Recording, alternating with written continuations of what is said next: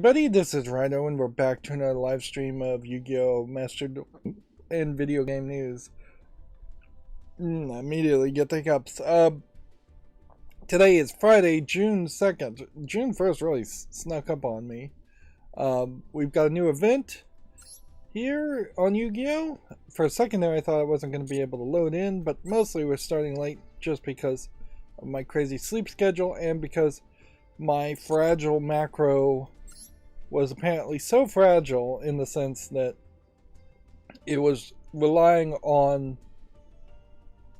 one function working one very specific way, and by taking that linchpin out of the mechanism, the whole system has pretty much fallen down.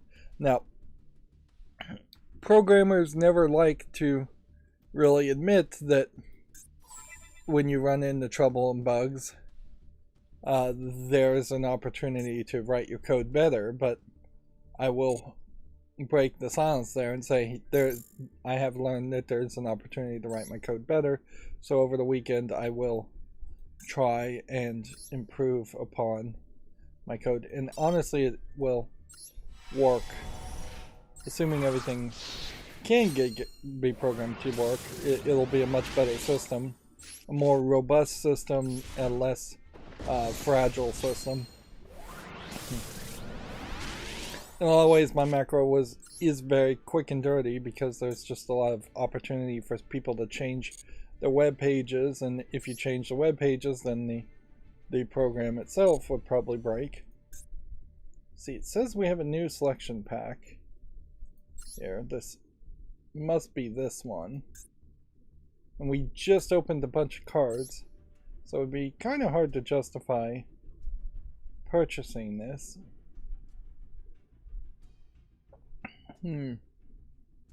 This really can't be the new selection pack. If it is, then it is a weird selection pack in which I have a considerable amount of the ultra rares.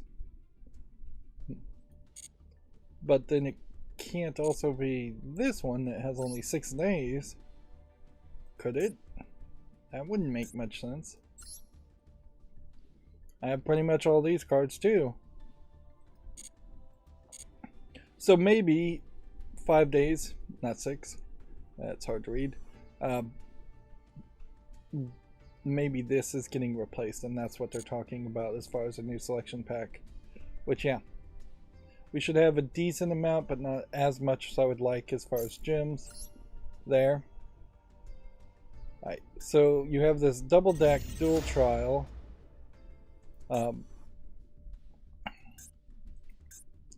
Which apparently is going to be a deck event where if you go first,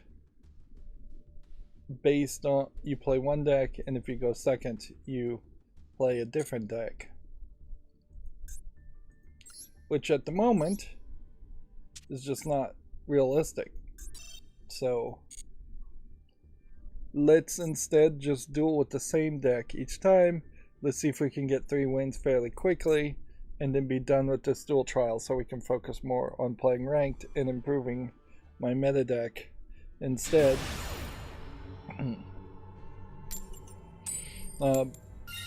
For the accountability section today, I am still playing Indiana Jones and Emperor's Tomb. I do think I'm pot committed enough into it. I've put enough hours into it now that I will see it all the way through to the end. But there is, as a second generation adventure platformer Tomb Raider ripoff, there's a lot of lack of variety of gameplay in it. You very consistently are bouncing between, you'll go through one area to platform from point A to point B, then you'll walk through a door, and then there'll be a couple of Nazis. They are now full-on Nazis wearing swastika armbands in the Emperor's Tomb, even though you have to play 3 or 4 hours before you get to that point. So they really hide it, which is probably not a smart move. But yeah, you'll run into 2 or 3 people, and then you'll just gun down those people, and then you'll walk to the next room, and then you'll do platforming, then you'll run into 2 or 3 more people and gun them down.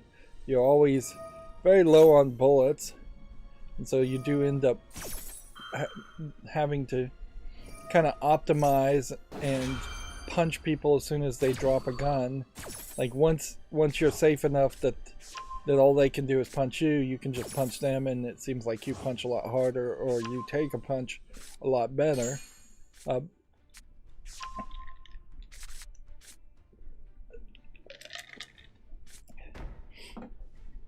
There was one section in the previous level to the one I'm playing, which is Istanbul,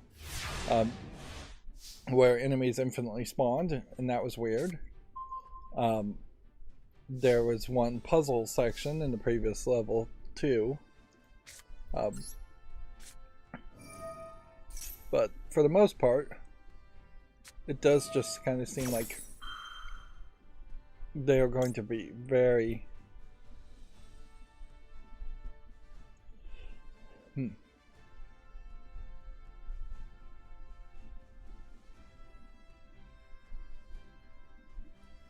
So if I was going to use crossout designator, I would have to name a card that was actually in my decks.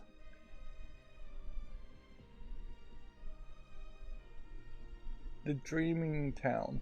Like, because you can't just do this. No. It gives you a list of cards in your deck.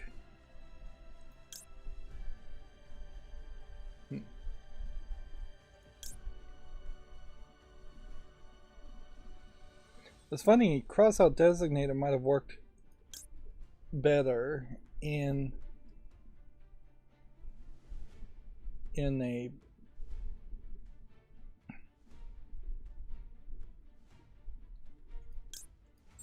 version of this deck that it originally stood in.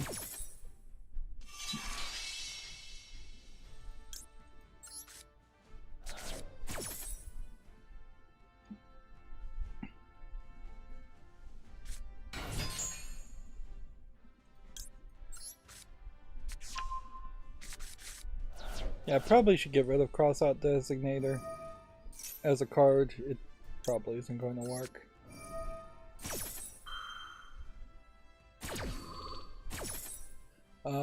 Other than playing Indiana Jones and the Emperor's Tomb, I basically am just watched a little bit of TV, but I really didn't do too much of that either. Like, mostly just leaning on playing on my phone or playing podcasts. I watched a lot of the Taskmaster new season just wrapped up, and they just announced the next season, season 16, or series 16 as they call it.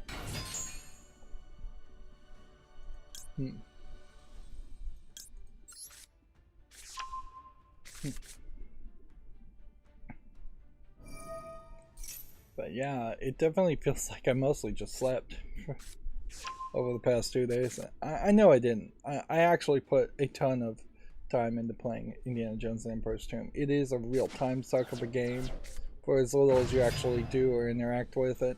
It still has major problems where if you were to just take the same narrative idea story and make a point-and-click adventure like Fate of Atlantis, you would have had a much better experience, because then Indiana Jones would have a companion character that he would talk to and interact with. There would just be more dialogue, and inherently that is the push, I guess, of 3D adventure platforming games and 3D first-person shooter games, is that there's a almost blatant admittance by game developers in the early 2000s and the 90s, particularly on PC, where they just admit that they don't have the talent that is necessary to write good stories, and they push effectively the video game world away from being a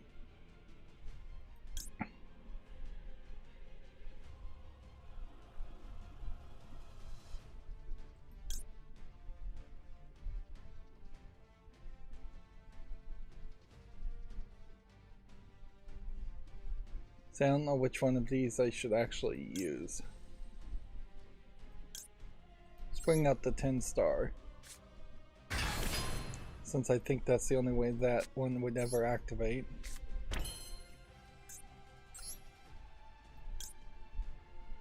And then we'll take... Nope, we're not doing that.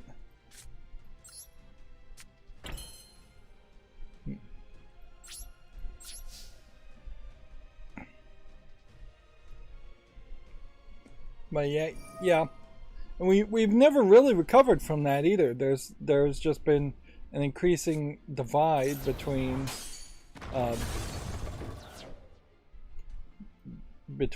first-person shooters that maybe have better stories than a lot of the bad games from the 90s, but relatively speaking are in a very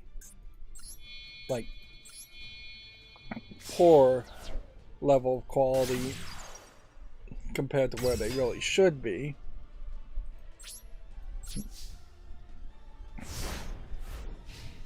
And then you have some very few numbers of games that do try to have a somewhat deep story, and they either show up as visual novels that barely have any gameplay in them, or you have a rare standout in something like maybe BioShock, which, if anything, BioShock arguably hurts its narrative and story in a lot of places with very generic fighting gameplay sequences. The Big Daddy fights are pretty good overall, but there definitely could have been 10% less fighting in BioShock. The boss fight at the very end of BioShock 1, for instance, that's probably the best example of just this is what video games became in the minds of most game developers. It's almost as if the Rydo strike, and I don't know if maybe this was some kind of subconscious influence that happened amongst the managers and the developers and publishers of video games, is that the TV writer strike, the big one that happened that canceled Heroes and ruined Lost and all those deep narrative TV shows, I wonder if that influenced how video games were developed going forward, in that there was less and less of an emphasis on hiring writers. And at a certain level, I don't know if I can really blame them that much, because you have Elden Ring, a massive success that was sold as being written by George R.R. Martin, and honestly, I feel like the story and narrative around Elden Ring is completely ignored these days. The audience has been trained to not really care about story. I did hear somebody say something interesting, in that a gamer has said on some podcast, some podcaster said that they could never go back and play The Last of Us again because the HBO Last of Us TV show did the story and narrative so much better. So they've effectively stolen the identity of that video game. And The Last of Us was definitely hailed as one of the best stories in most recent history around video games.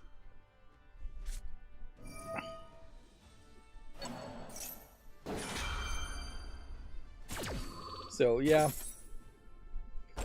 it's no surprise that instead of having a bunch of Indiana Jones games that either would have gone further into the era of Uncharted games, and then even perhaps into the era of the rebooted Tomb Raider games. They just gave up after the Emperor's Tomb.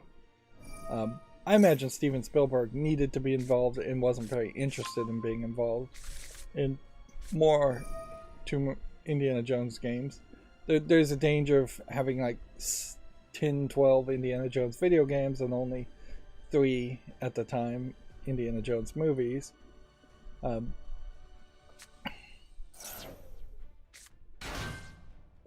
And without Steven Spielberg kind of penning and writing these stories, I imagine that it would be very repetitive.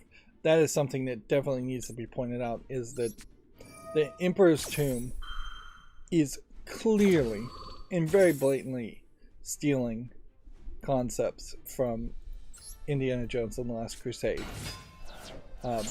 It is so incredibly obvious that you have a entire level in a German style castle, and you're coming in and out of the castle and sneaking around, and there's tapestries all around the wall.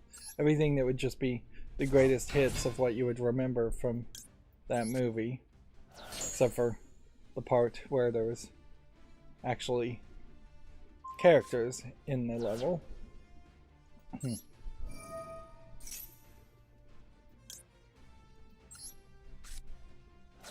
I still have yet to figure out what I'm supposed to be doing here.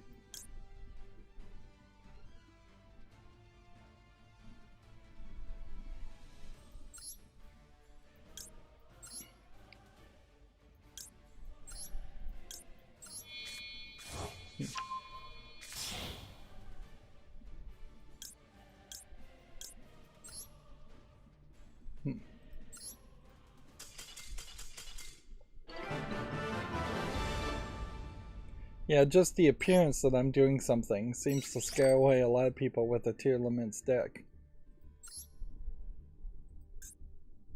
Which that may be the only way I actually win with this deck. Alright, well, since we started late, we don't want to go too long. Let's see what the big news is that I want to mention. This is probably not super video game related, but Reddit does seem to be potentially the next victim of their own lack of success, and yet being popular. Lack of success effectively being what people would claim. Investors would claim this is just not successful enough.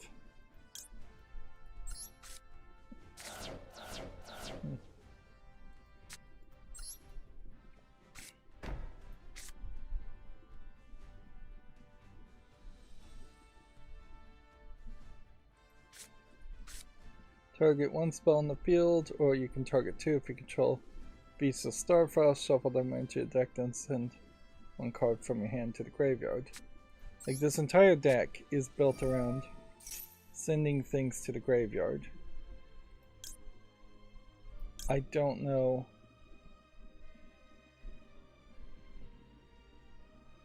why this trap, I guess, allows me to then select something like this.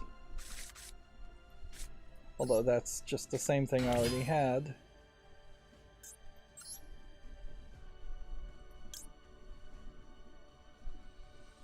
So I could get to 2,500 with the XYZ summon. Probably should have done that.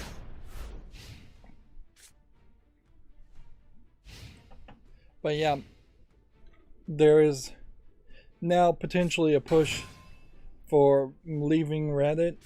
Reddit is kind of unique in what it is, in that it's more of a forum with social credits. Although inherently I think there's a lot of problems with Reddit that most people would probably want to get rid of in a new site as a competitor. The fact that there's just a lot of gold farming or credit farming, thumbs up farming, karma, that's what they call it, karma farming on Reddit. There's a lot of forums that are just run by unpaid moderators who run them as their own little kingdoms and fiefdoms. And as a site, it has to be kind of heavily curated. You can't just really look at the front page and get the best of experiences. You have to find the subreddits that you like and just say, well, this little subreddit here is well maintained and has a decent moderator, and this is talking about the things I really want to know.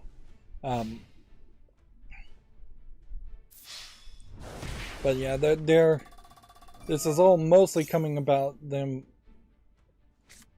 basically trying to charge a ridiculous amount of money for API access for other apps. And much like TweetDeck and the Twitter apps, I think a significant number of people really do use some kind of app.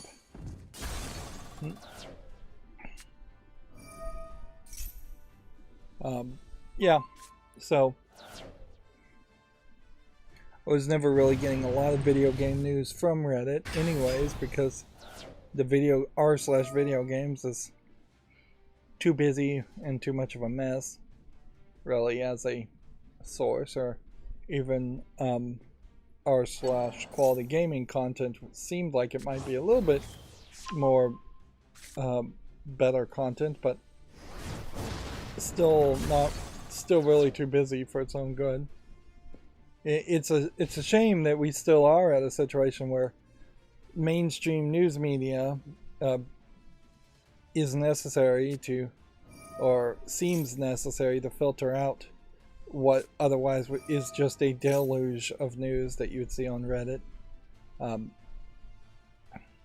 Because in an ideal world, I would stop looking at Video Games Chronicle and Gamatsu and GameDeveloper.com, and I would get all of my news from random posts on Reddit. But also that leads to a lot of untrue, trustworthy, slightly inaccurate news, even more than what you get from just mainstream video game journalists who aren't very good at their jobs either. Platinum Games has their third episode of the Bayonetta 3 Developer Diary, so I guess they are doing a minimal effort there, I would say, to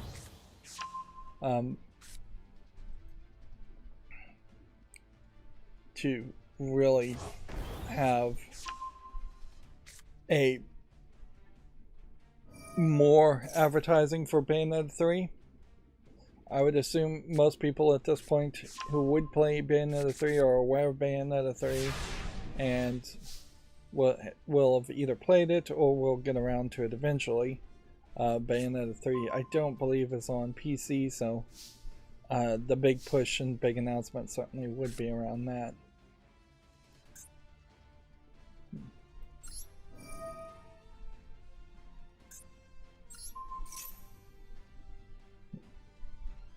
Let's see what happens here.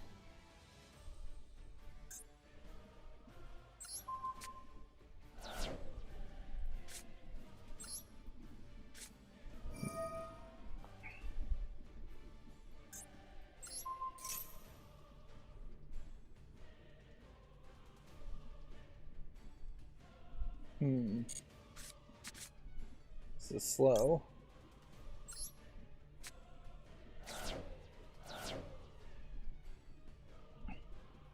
I think if I'm going to play a deck like this, I really need better cards that activate and synergize when thrown into the graveyard.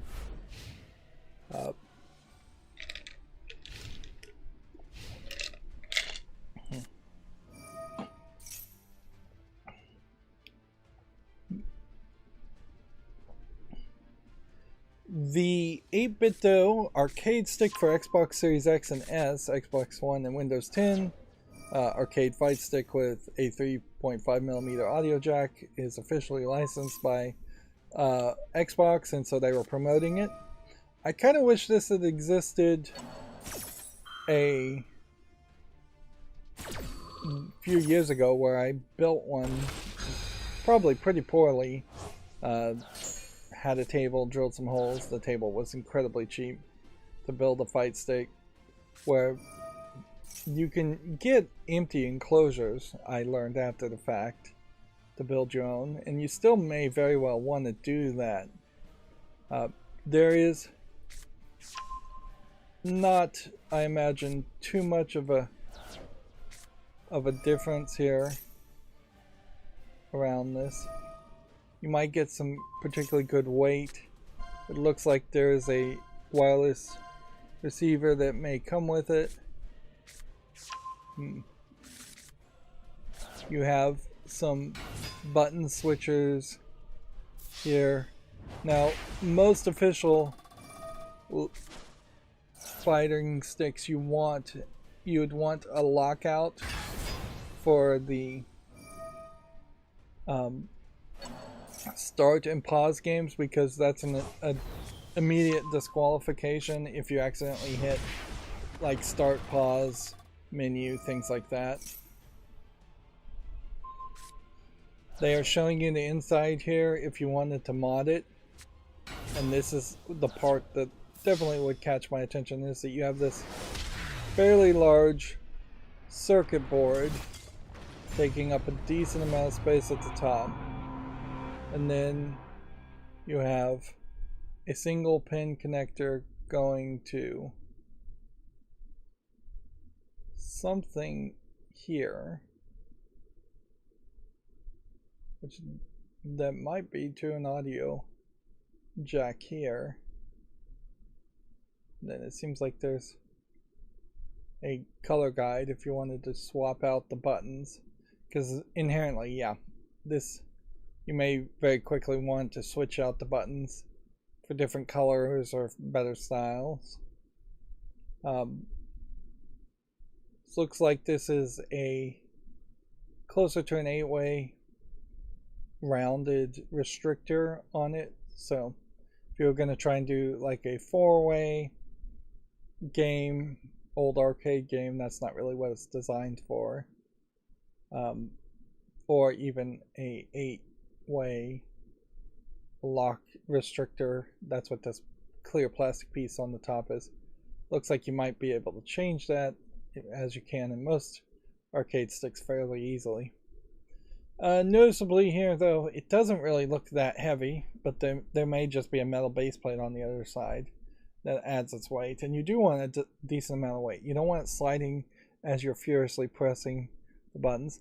It may not be, as big as I might want it. The control stick may be a little too close to the buttons, and even the buttons themselves might be a little closer than what you would expect as a standard layout.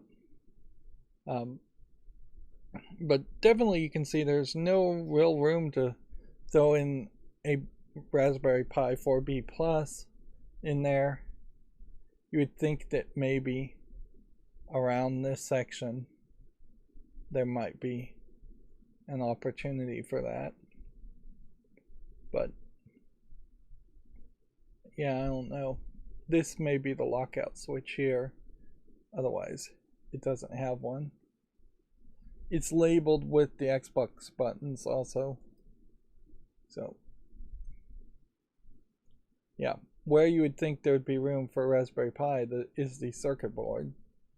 So then you would potentially try to squeeze one down there. And that just doesn't feel like there's enough room. It is $120, which is arguably a fine price, but maybe not the best price ever. No, I don't think I do see anything here that would be a lockout for a pause and start in upload buttons. But I guess they are kind of out of the way too. 8-bit though in general makes decent products. They're not particularly the cheapest. It also comes in black, which I would heavily recommend getting the black one over the white one, just because that is going to show off fingerprints a lot less, and dirt and grime a lot less. But I would certainly have to say, if you were thinking about this, while you may get a little bit better quality because of 8-bit though behind it, there is probably a slightly cheaper way to build your own. The thing I guess that you mostly would get here is you're getting a molded plastic thing where you would probably get some kind of acrylic box or have to build something out of wood or metal otherwise, and the price could just go up and up, but then it depends heavily on your what level of quality you would really want to at that point. Like,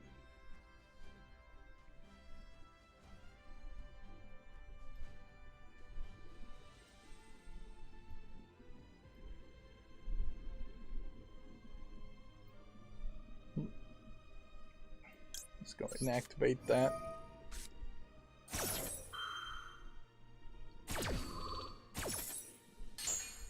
You have to also be very, very much into fighting games. Otherwise, you're gonna waste your money on a fighting stick. I look over at my 2-player at Games Legend with pinball buttons on the sides that has just been sitting on a table, and I've just done nothing with it. And it's really a shame. A big part of that, though, is not fully my fault, because what I wanted to do with it was to hook up a Raspberry Pi to it, and there's not been any Raspberry Pis available. But yeah, if you got, in comparison, the 1-player at Legends, yeah, we should just bring that up. So I'm going to quickly point out that apparently the CWA has rescinded 3 unfair labor practices charges against Activision Blizzard. The labor union also slammed recent comments made by Activision Blizzard CEO Bobby Kotick, which maybe that is more around GameDeveloper.com not wanting to give even a full win to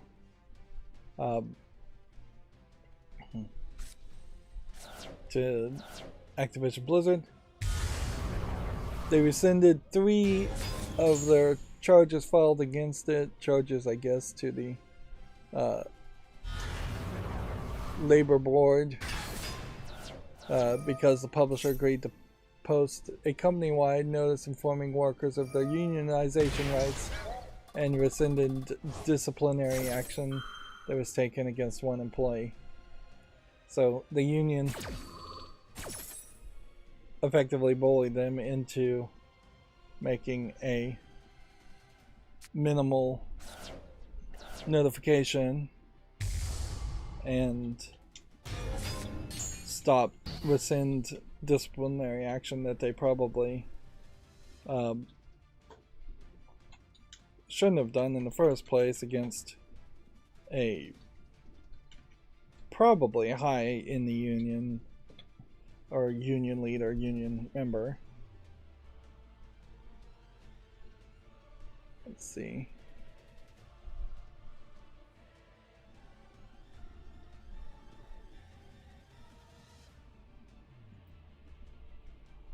If we can find this fight stick. I actually have to play too.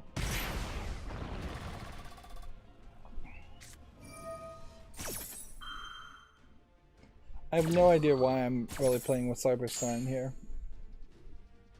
Sounds like that is just a crazy idea.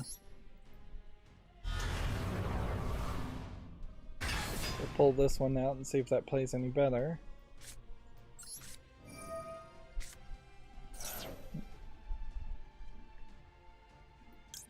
The problem with Cyberstein is that you have a 4,000 here. It obviously will let me just lose completely if this guy just attacks this guy. If I had some way of making him go in a defense position, that might be something. But I can't.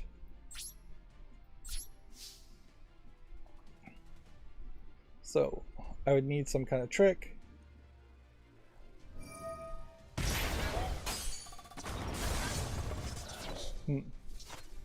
And the trick was on me. So this guy played better than me. No big surprise there.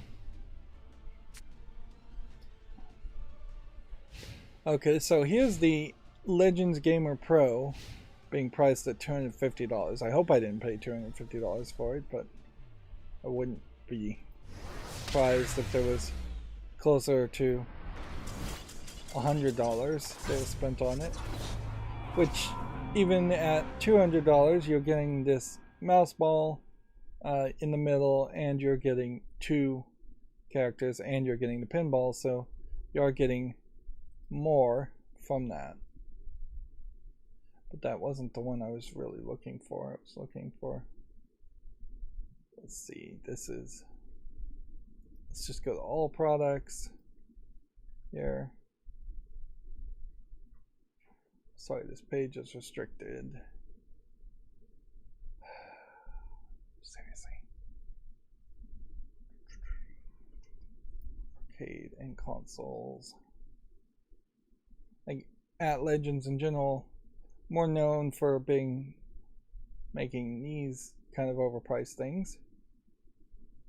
Legends Gamer Mini here. That's the one I was looking for. And it's important to point out that the Legends Gamer Mini here for $130 is coming with a puck that comes with games and is effectively a mini console of old games. I'm just opening a bunch of new tabs here. So compared to the Xbox controller, you have a kid playing here, so it looks a little bit wider than it actually is, but I think you probably do have a lot more space. You have a very big open base here. If this is like the one I have, it is a wireless controller, whereas, well, I guess the Xbox one was wireless too, but yeah, the only real difference here is you don't have the labeling of Xbox buttons on it. And are any of these pictures going to load? But yeah, I would severely recommend getting this as a starting point if you wanted a fight stick.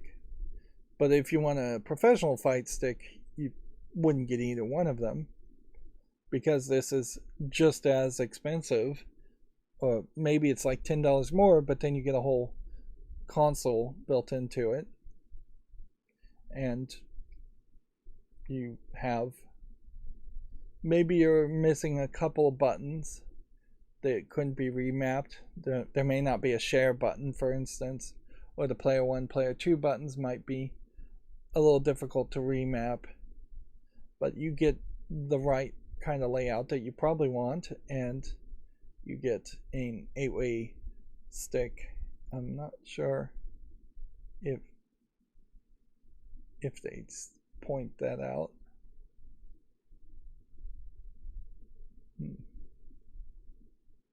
But yeah, by far I would recommend this fight stick, particularly if you could get this used, or at, like, the best case scenario would be if you were going around a, like, Goodwill, a place where things get donated when kids are no longer interested. If you found one of those, you could probably get a decent deal that way, or if somebody gifted it, passed it down, handed it down.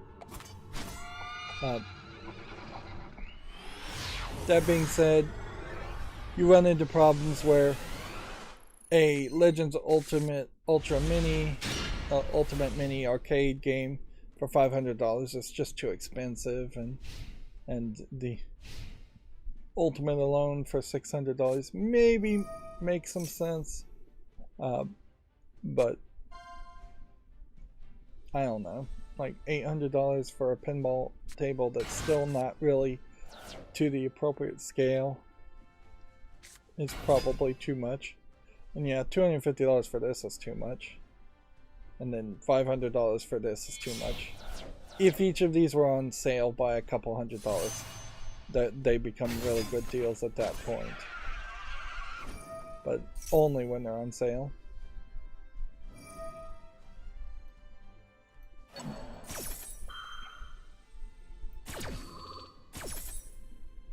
Right.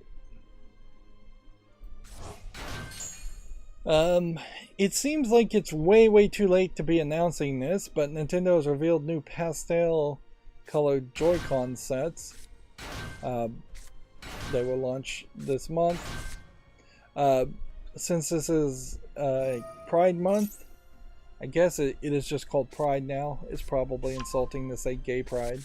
That there is a massive amount of people whoever is still left on Twitter, a lot of video game companies who put out on day one a Pride post. I'm not going to go over it because I mean it's all of it is just advertising and lip service. But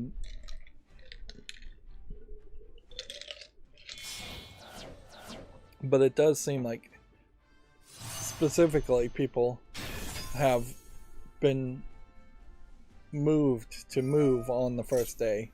They don't want even a single day to pass them by to make them seem like they are not advertising for Pride.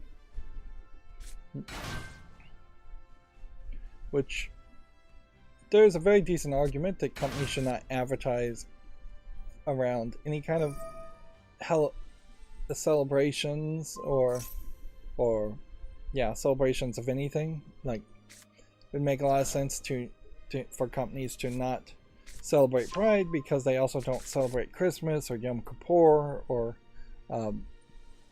any of the more religious based holidays. They celebrate Christmas only because Christmas has been perverted into consumerism, and they celebrate Thanksgiving only because it makes Black Friday and sells, and they probably shouldn't do any of that anyways. I'd like to see companies be a lot quieter, even on like online things where it's very easy to put out a tweet of support. But generally speaking, people don't want to hear from companies unless we just want to hear, hey, is there a sale going on? Do you have a new product that I might be interested in? Is there a recall going on? That's the three things I want from any random company anywhere. If you're going above that, you're probably buying into the idea of advertising and just trying to be in the subconscious mind of consumers, and particularly in video game companies.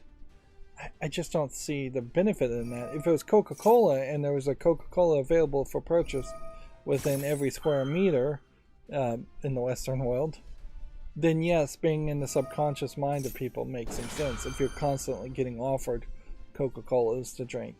But if you made Horizon Forbidden West is available digitally at the storefronts, but you're not going to randomly walk up to a vending machine and be offered Horizon Forbidden West. So you don't really need to be in the mindset or the mind of the players that much. And if anything, it's probably led to a lot of the negativity around a lot of games too, is that you get reminded that these games exist, and then that just reminds people to criticize them. Whereas a game like Balan Wonderworld, or even the Golem game that just came out, it's going to just fade from memory very quickly, and then people will stop complaining about it because people will forget it even exists. Moving on, there's a GameDeveloper.com saying that a report claims that EA is cutting the jobs and canceling games at the Australian studio Fire Monkeys. EA intends to turn Fire Monkeys into a mono-title studio focused solely on The Sims free play, which it sucks in a lot of ways there if this is true. It's being reported by Kotaku Australia. Up to 2/3 of the staff may be getting laid off, and the rest of the staff is being told, we do not value your creative input at all, and we're just keeping you around to be a support team for The Sims free play, and as soon as we see on an accounting line that The Sims free play is not profitable, we're going to just shut down The Sims free play and fire the rest of you. I never found it tolerable. I won't even say enjoyable. I will say I did not find it tolerable when I was working other jobs that boiled down to a repetitive thing that you were just going to do every single day, and there was no hope of doing anything different or improving even the way you do things. And the sad thing there is that is probably the majority of jobs. That if you're a checkout cashier at a grocery store, your job is to stand there, I don't know why it's to stand, for 8 hours or more checking out people. You're never going to have much of a hope to do anything other than checking out people. Now, in some companies, they'll promise that eventually you'll become a manager, or eventually you'll work in the back and do stocking, or you might move around a little bit, but there's, even in that scenario, not a lot of hope that actually would happen. People in general want to be creative, and they want to have a creative output in their career as much as in their personal life, and yet managers and jobs are created around exclusive needs, individualized needs for one thing. So if you need a checkout person, you create a job and make a job description for a checkout person, and that's all you want them to do, and you fire anybody who does anything else because you want complete and total control of that person also. So it just creates a lot of monotony, and nobody really creates jobs to give people real chances to do something different, or even really give them hope. Inherently, it is more of a case that people create jobs when they absolutely had to create a job, and then the managers regret creating that job for the rest of their life and try to make the job as miserable as possible so the person will quit. The whole system, as far as employment and working jobs, is really just counter and logical and a mess. Which, yeah, you throw in universal basic income into the mix, and then you make a major game changer there. I won't go into a huge UBI rant, but yeah, if all of a sudden people are working jobs not because they really need money, but because they're bored and they just want to do something, or they want to possibly earn a little bit of extra money, but they're not dependent on the job, their health care is not tied to it, and their livelihood isn't really tied to it, then jobs would probably have to evolve into a very different type of experience. What is most weird, I would say, about Fire Monkey's situation is, if it is true, is that the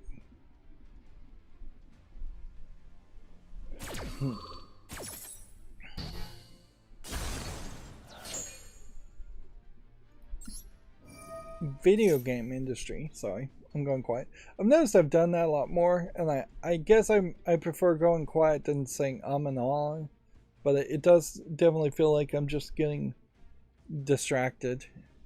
Honestly, I feel like just the summer does something to me. It's a reverse seasonal affected disorder or something where I think I'm just a little bit less winded, or I'm more winded, I guess.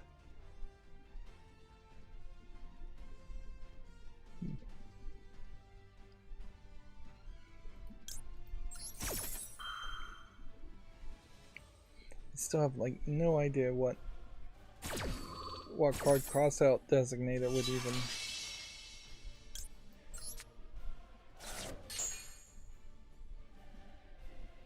I guess that kind of works.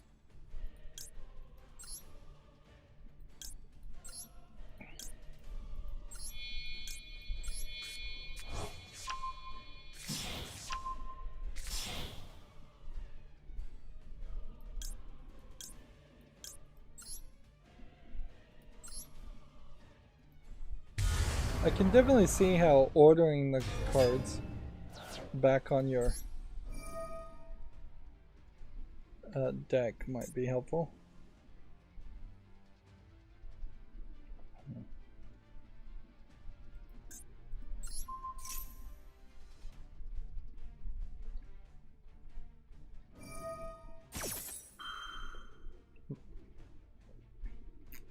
Well, anyways, yeah, that really sucks for Fire Monkeys, and honestly, I would say it probably sucks more for the people who are still going to be working there and dependent on that job than the people who potentially could take some severance and go form their own company if they can afford it, or go work for somebody else. Although I don't know how much opportunity really exists in Australia, since we know the Australian government is extremely conservative, particularly around video games. That I wouldn't expect there to be more than 2 or 3 video game companies in the entirety of Australia, which is not a lot of opportunity.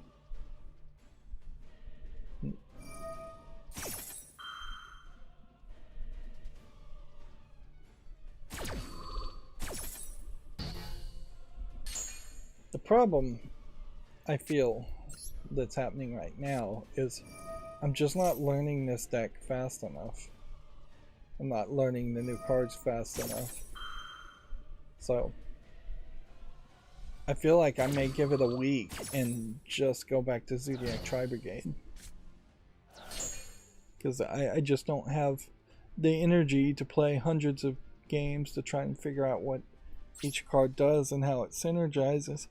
I basically don't like when people get on the chat and backseat drive ever, but this probably would be the case where I would have to admit my ignorance and see if somebody who knew this tier limits deck better got on the chat and backseat drove me as far as rebuilding the deck, because clearly there's room for improvement there.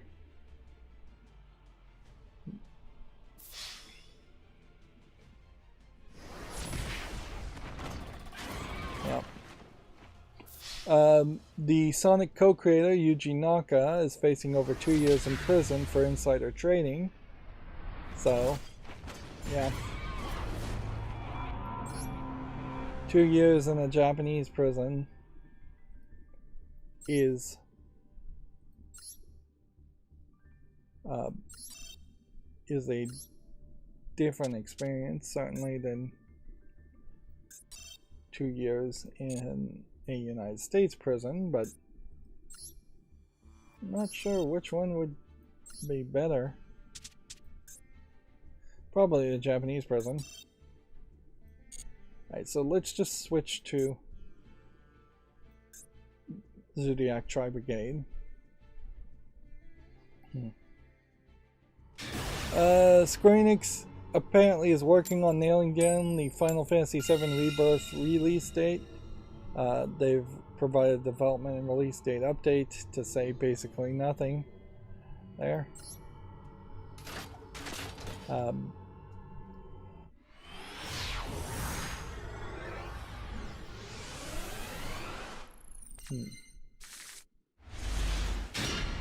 Let's see. YouTube advertisers is talking about how AI will revolutionize marketing, and they're hoping the product is designed to increase ad performance, enable inspiring, creative, and protect people from ad fraud.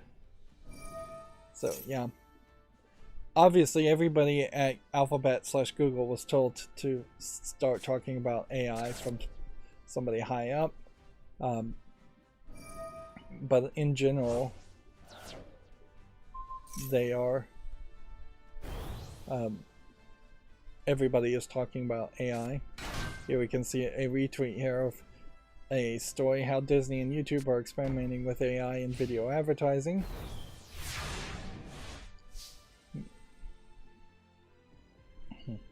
They also have an article here that says Shorts is expanding into awareness campaigns, giving brands more ways to become discovered. And this is a Deadline article. So yeah, they are definitely pushing towards the idea that YouTube Shorts will now have even more ads in them than what they may have had before. Who is activating what here?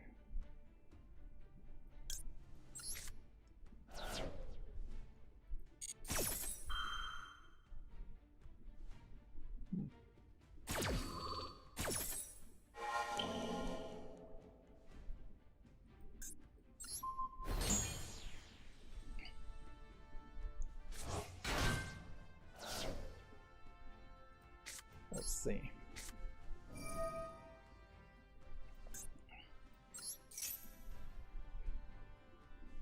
I think probably on the tier limits it would make a lot of sense to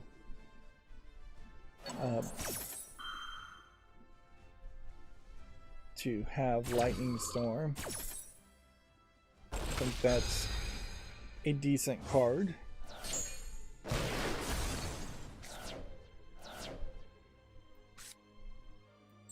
And this. This.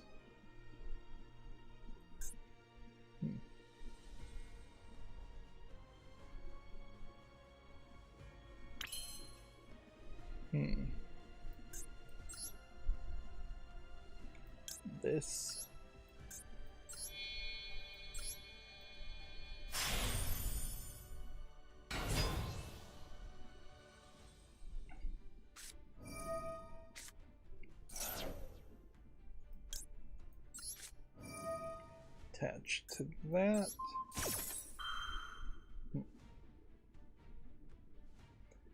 Is this guy gonna just concede?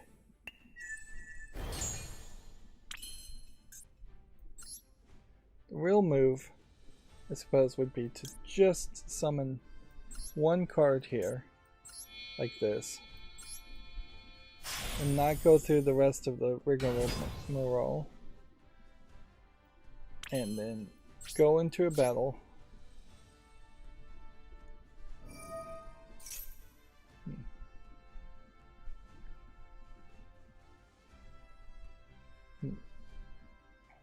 GameDeveloper.com has this article that says Stranger Things game developer Bonus XP is going to close down. This was the studio behind some of Netflix's first foray into gameplays, including this Stranger Things game, which first game was Stranger Things 1984, was a free mobile game. Did they make anything else worth mentioning? They also, in 2019, released Stranger Things 3, the game.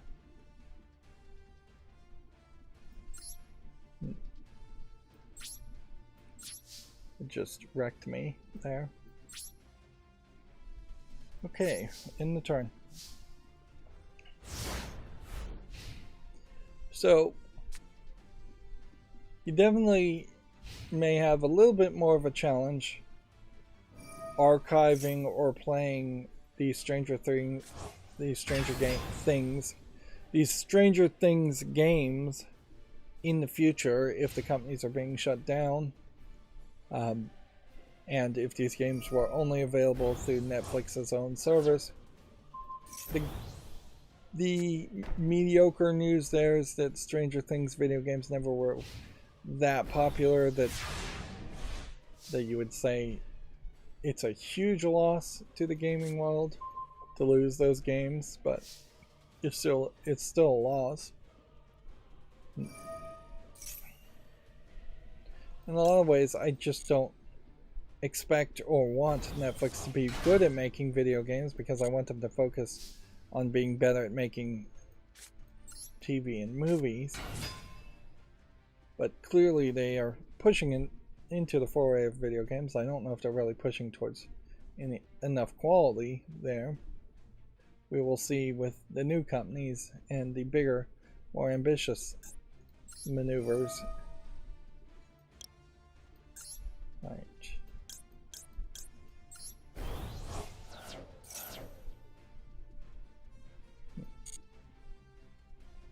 So, I'm gonna go ahead and summon this. Gonna go ahead and activate this.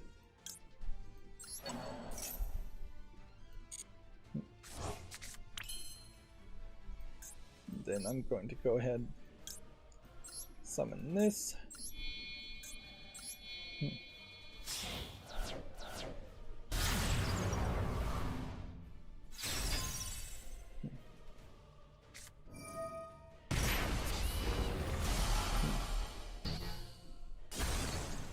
There's half of his life gone. But then maybe this guy will give me a card back. I feel like I am gonna just have to play off screen here just to get this side quest going. This 2-duel trial deck. You can definitely feel though, and this is in part, I'm sure, because I actually just understand better how to play this deck, but it definitely seems like there's a lot more counters.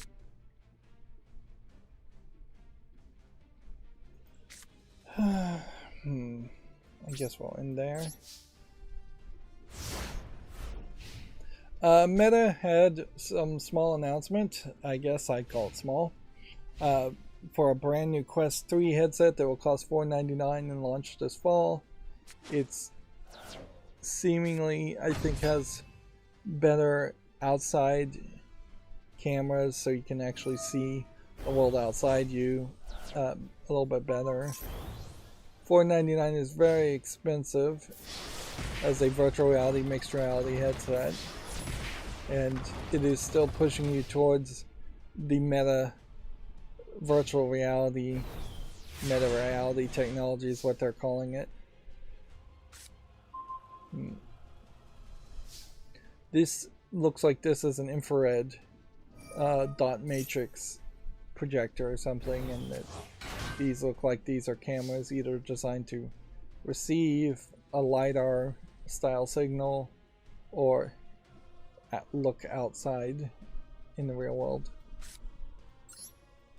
with actual just visuals. I feel like the MetaQuest 2 only had a black and white camera for some reason, and then this one has color cameras, which it doesn't really make a lot of sense that it wouldn't by default just be black and white. I mean, by default be color.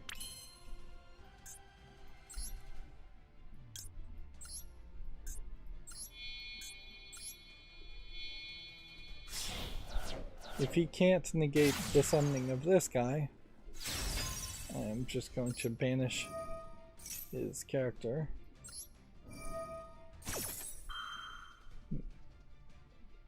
I still very much have no faith in VR technologies, augmented reality technologies. These headsets are just getting as big, if not bigger, than what they were before. They aren't just contact lenses or something, some small pair of glasses.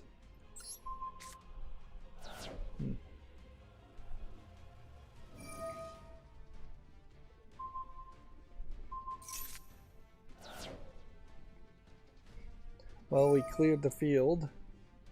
And potentially he's going to resummon something back from the banished pile. Which Yu-Gi-Oh! Really has ruined the idea of something being banished. Because banished cards are not so much banished. The biggest surprise announcement around the Quest 2, Quest 3, and PC VR in this case was a 7th guest VR due out in 2023. This is not just a remake or remaster of the 7th guest. It is a full-on, well, I guess it's not a remaster, it's a remake. It is a full-on changing of things, which, in all fairness, having played the 7th guest relatively recently, it can stand for some improvements.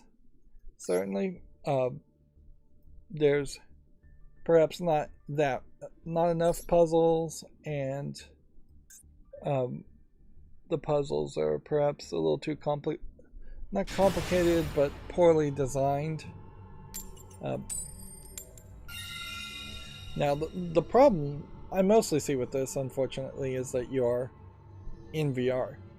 So, in the 7th guest, you just walk through, and you're just in the house to start with. Here, they're showing that you scroll upward, and you have this kind of lantern, and that the house is weirdly on an island. And there's a whole find a gem and unlock a gate and walk up towards this. It all feels a lot more like the lighthouse in Bioshock than it does the mansion in the 7th guest. The actors, I assume, might be brand new actors playing the roles, but they're being scanned with this like volumetric technology. That's a puzzle that's new. That's a puzzle that's new.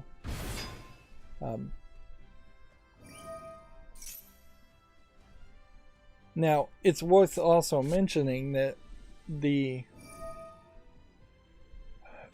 what is it? The 13th doll, I believe, was the fan-made, somewhat semi-in-canon sequel to the 7th guest, or the 11th hour. I don't remember which one.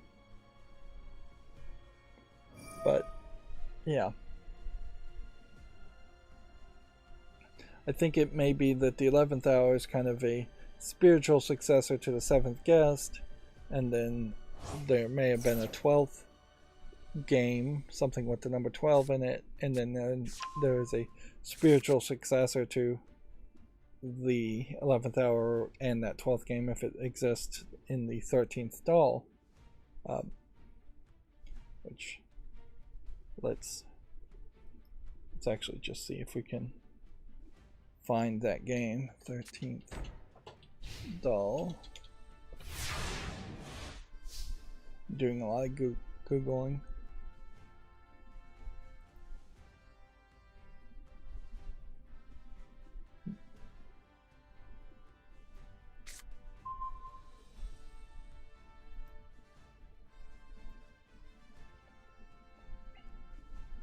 So yeah, you have this 13th doll in a fan game of the 7th guest, which these are much more in line with the puzzles that were in the 7th guest.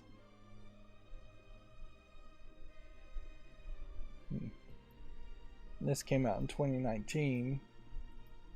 And in this case, it's just kind of live action footage with a little ghostly apparition through it.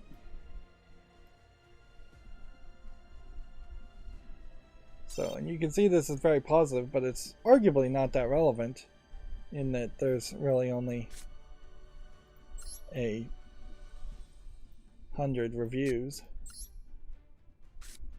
So clearly they didn't have the promotion budget that this 7th Guest VR does. I will say, I suspect that the people who own the 7th Guest at this point are not the same people that originally made the 7th Guest.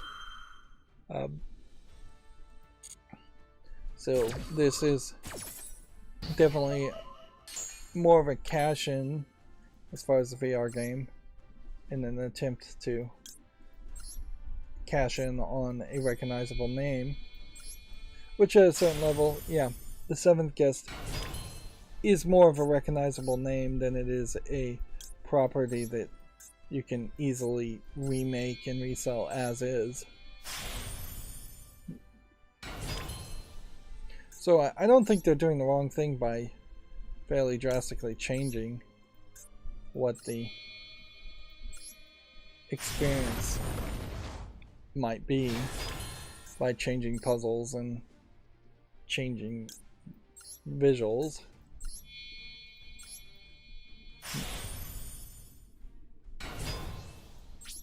So I hope it succeeds, but I mostly hope that it comes away from VR at some point.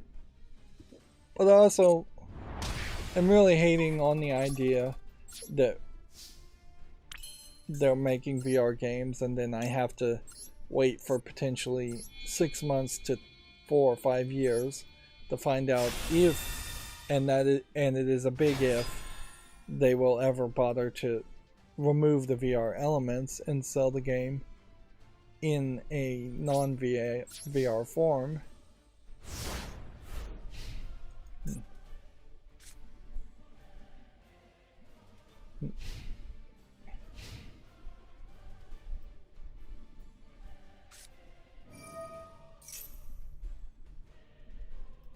This needs to be really my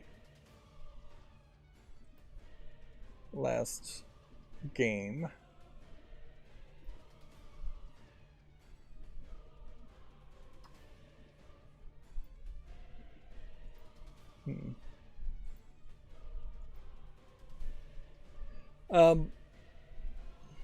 Let's see. Just let him sweep on that. So we had talked about in the past how there was this report and it was maybe true, maybe not true. It seems like it's increasingly being proved out that people believe it is true, that Valve literally assisted Nintendo in a take cease and desist citing the DMCA. They're still getting it wrong from what I've heard at GameDeveloper.com. Emails between Nintendo and America and Valve show that the latter, Valve, developer had an active hand in it getting the emulator pulled from the storefront. So, yeah. Absolute sabotage. And arguably, this is a problem of one storefront being the de facto monopoly as far as where PC software and PC games are purchased. But it in particular in this case is really just an example of Valve being run by crazy people. These emails were allegedly obtained by The Verge, shows that Valve played a direct hand in the strike against the emulator. In the email sent on Valve on May 26, a lawyer for Nintendo of America thanked the developer for informing Nintendo of America of Dolphin's existence. The same lawyer wrote that the Dolphins unlawfully circumvents a technological manner that effectively controls access. So, yeah. I wonder if this is a Valve employee trying to get a job at Nintendo, or trying to get some kind of reward from Nintendo. Like, because you effectively hurt your business partner. This is literally tortious interference of a contract potentially happening here, in that Valve is actively trying to interfere with the contract of Valve themselves by contacting Nintendo and getting them to send a cease and desist.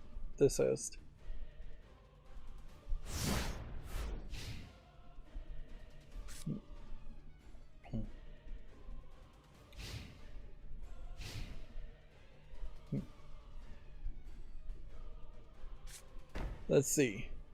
Valve's Casey Atchison Boyle later confirmed that the developers and the involvement in the matter. She told The Verge that it brought Dolphin to the attention, proactively giving Nintendo history of taking action against some emulators, and if that wasn't enough, Valve further told The Verge it operates Steam as an open platform, but it relies on creators shipping only things they have the legal rights to distribute.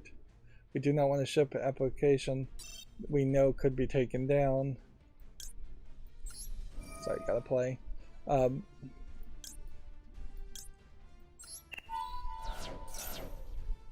We do not want to ship an application we know could be taken down because that can be disruptive to Steam users. Based on the letter we received, Nintendo and the Dolphin team have a clear legal dispute between them, and Valve can't sit in judgment. Even with this additional information, a question worth asking is why or how Valve allowed Dolphin to be submitted and approved for its storefront in the first place, which is definitely a good question to ask. Like, clearly this is some kind of Game of Thrones backstabbing, where one employee or one group of employees did approve Dolphin to be on the storefront, and then another employee or group of employees is trying to screw over that other employee. It's clearly some kind of dog-eat-dog nonsense. And Dolphin and Nintendo are effectively just being used as pawns in that internal struggle.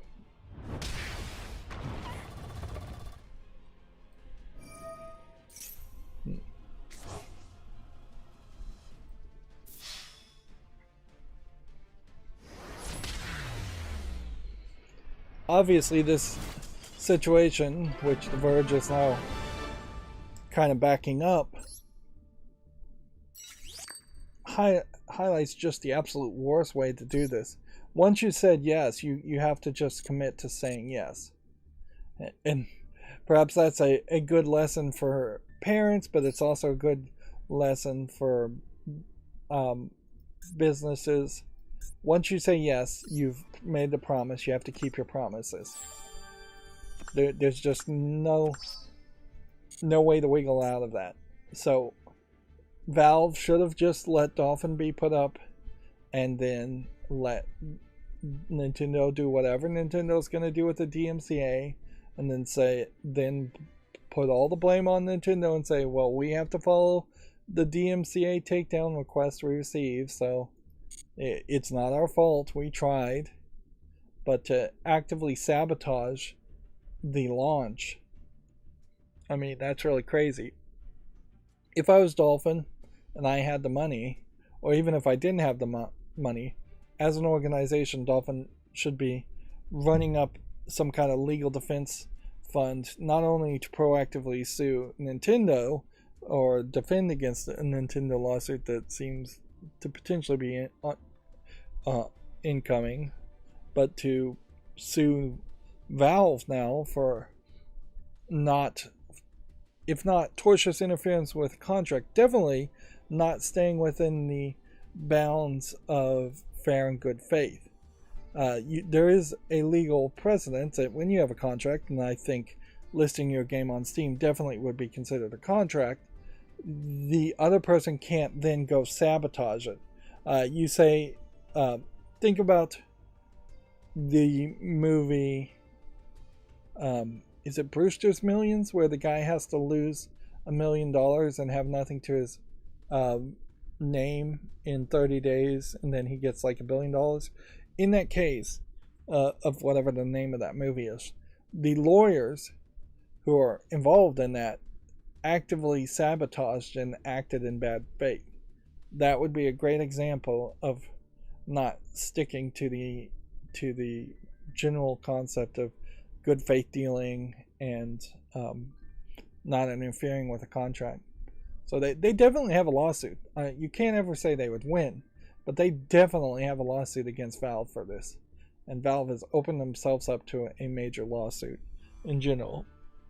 And the only one that potentially benefits here is that Nintendo may send out a cease and desist and then not actually pursue any actual legal activity against Dolphin, which would weirdly have Dolphin available for download everywhere else, but just keep it off Steam, which is very possibly what Nintendo wants to just do. Is they don't want to spend the money on the lawsuit, they just want to not allow Dolphin to be on Steam.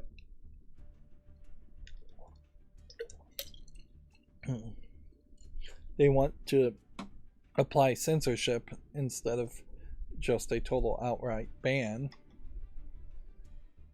GameDeveloper.com also has this article around how the Russian invasion from Ukraine is affecting developers like Frogwares.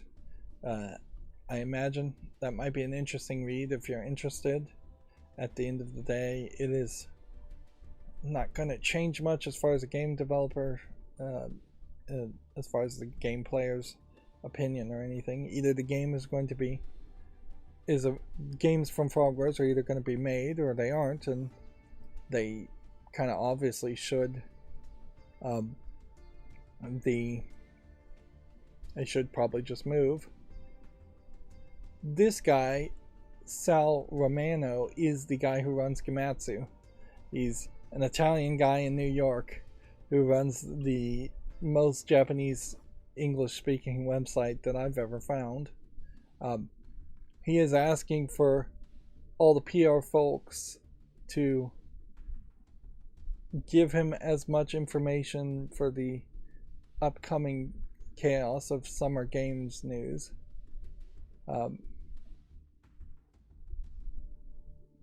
So yeah, he's like actively looking for more news because he expects it to be, I guess, a very, very big summer as far as announcements. I'm not sure if I 100% would be sure that's going to be the case, but yeah, we may run into a lot of news. CD Projekt is laying off the Gwent developers as it prepares to end active support for Gwent. We're transferring some of our team members to other projects, but we have to part ways with some. Hey, that is a very generous way to describe laying off people. Gwent, ultimately a failure in my book as a CCG, in that most CCGs have at least a solo player mode that you can reasonably go back and play even if the community fully dries up. And I'd say the vast majority of CCGs have enough of an audience that you can just let them run forever. And CCGs in particular, whether it's Magic the Gathering, Pokemon, the trading card game, or Yu-Gi-Oh, all of those games have very long running fandoms, so the games that support them tend to stay around forever. And then the Mario movie is now the second biggest animated film at the box office. It has beaten Frozen 1, leaving only Frozen 2 as the number one biggest box office seller. This is I don't know if this is adjusted for inflation, though. Because if it was adjusted for inflation, then the numbers would be fairly accurate. If it isn't adjusted for inflation, then Super Mario Bros. Movie is already number one. because the dollar in 2019 would have been more valuable than the dollar in 2023. Looking at this list, though, in particular, and they're just getting it from thenumbers.com, I guess is the source, it really just highlights that there is not enough good kids movies out there. Frozen is good, Frozen 2 is good. I'm not going to complain about the quality of any of these movies, but it definitely feels like there should be more variety, and they shouldn't all just be Pixar movies or Disney movies, which, particularly since we know Pixar is now owned by Disney. Speaking of animation, this isn't video game related, but I found out that the Max Fleischman, I believe is what he's called, 1945 Superman cartoons fell out into the public domain.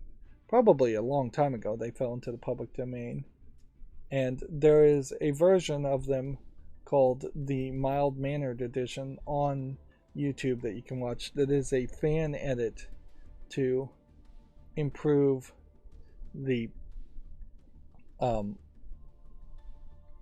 videos, just get rid of grain and audio mistakes, because Warner Brothers, even though they don't have the rights to these 1945 Superman movies, although almost certainly they probably claim they do, because they're in public domain. Anybody, including Warner Brothers, then, since they're in public domain, do have the legal right to make a collection and put it on DVD, and they've done it several times. They put it on like Laserdisc, Beta, VHS. Several other companies have done VHS and Beta and Laserdisc also, DVD and Blu-ray, and their most recently was a 4K high definition rescan of the film prints, which Warner Brothers, I guess, physically owns the film prints of these 1945 Superman cartoons, of which there's only 17 of them.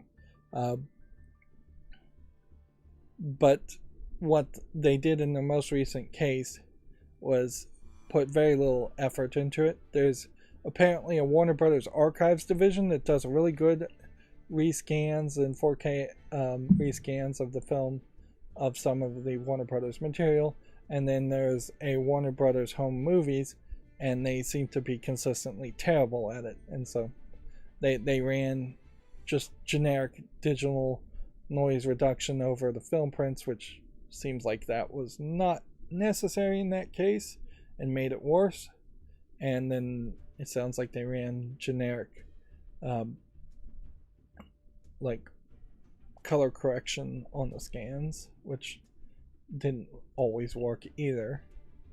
And so there are definitely some people taking it seriously, and the recommendation is to just watch the mild-mannered editions on YouTube if you want to see them. Of course, from 1945, that would be a big blast from the past. This would be the cartoon that introduced Superman being able to actually fly, instead of just leaping over buildings over and over again. And this would have been more focused and inspired by the Superman comic strip than the Action Comics comic book. There is direct inspiration from the Superman 1945 cartoons to Batman the Animated Series, which there is also a hope at some point that they would rescan those film prints and do a good job on that. It all, of course, severely depends on how much you want to fall back into nostalgia. So I basically had to hand run my macro today, so it's going to be a little bit rough.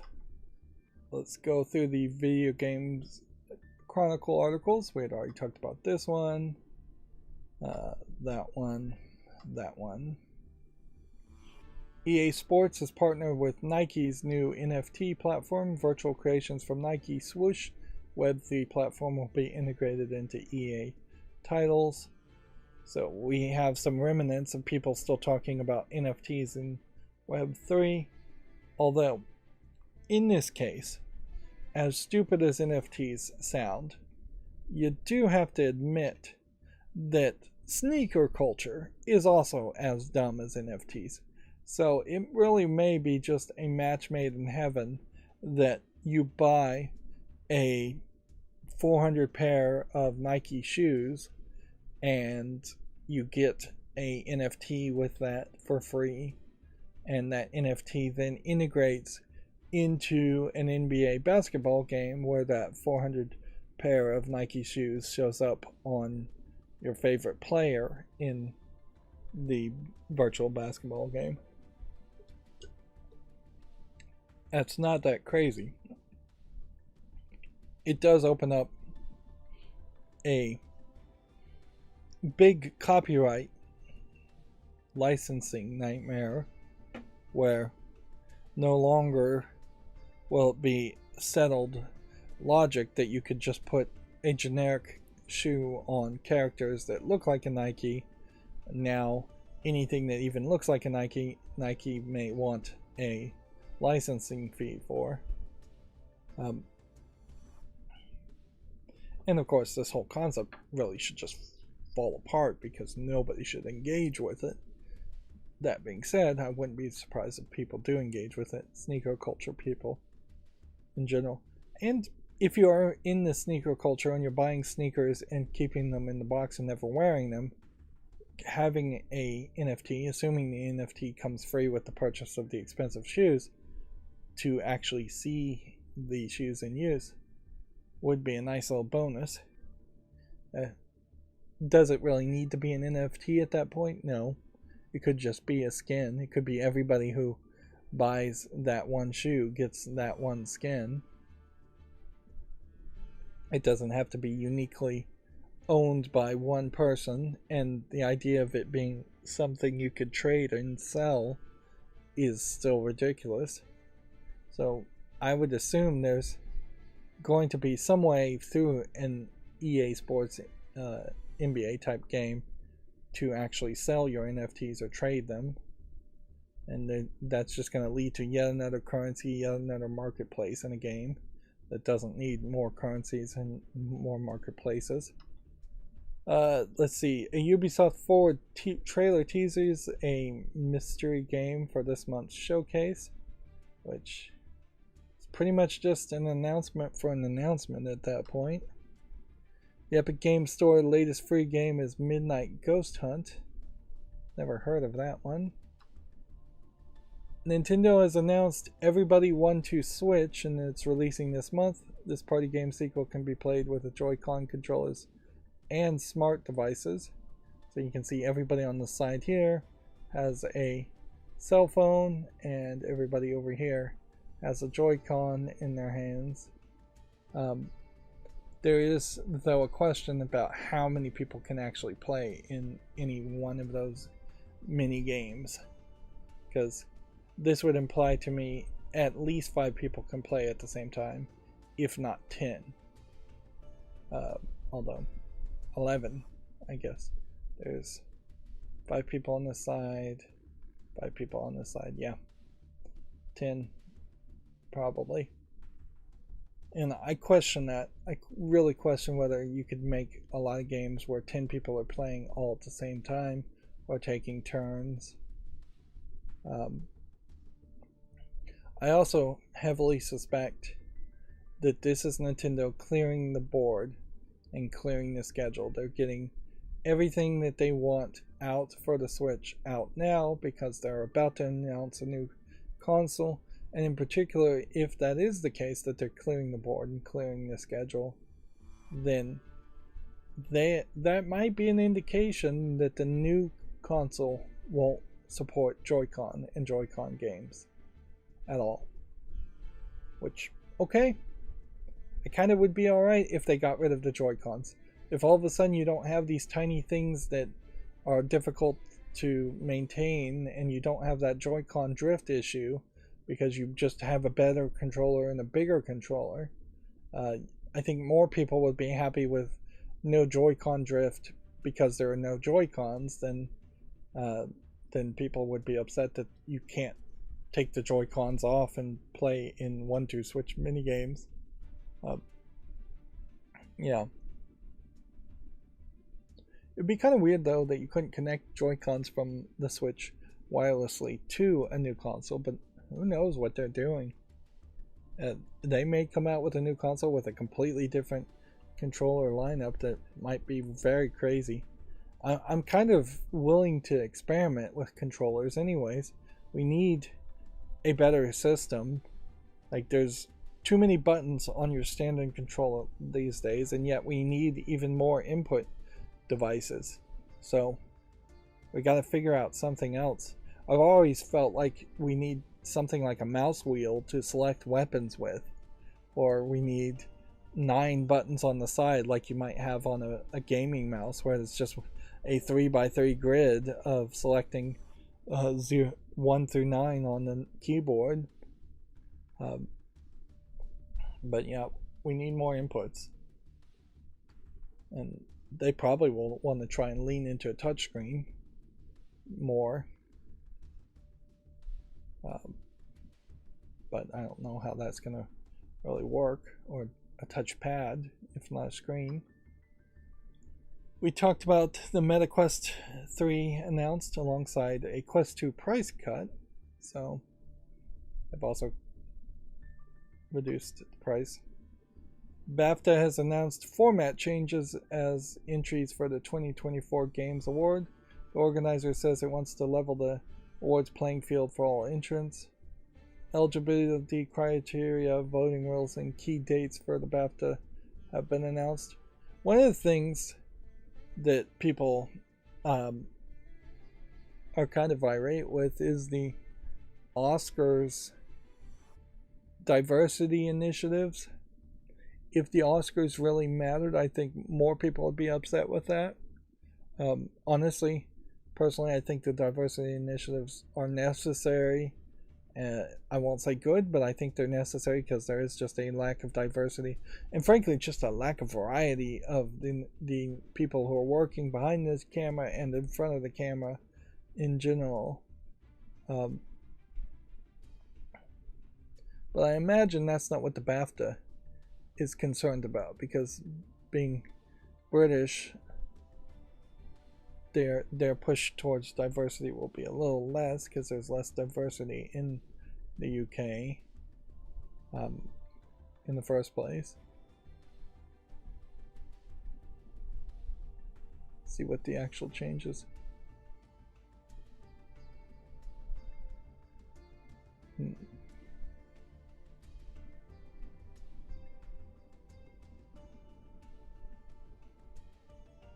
This may really just be a lot of changing names. There.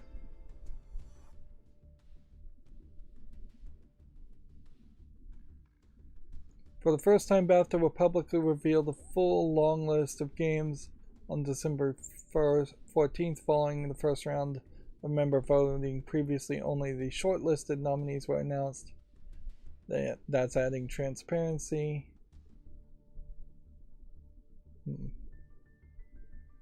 What else are they changing?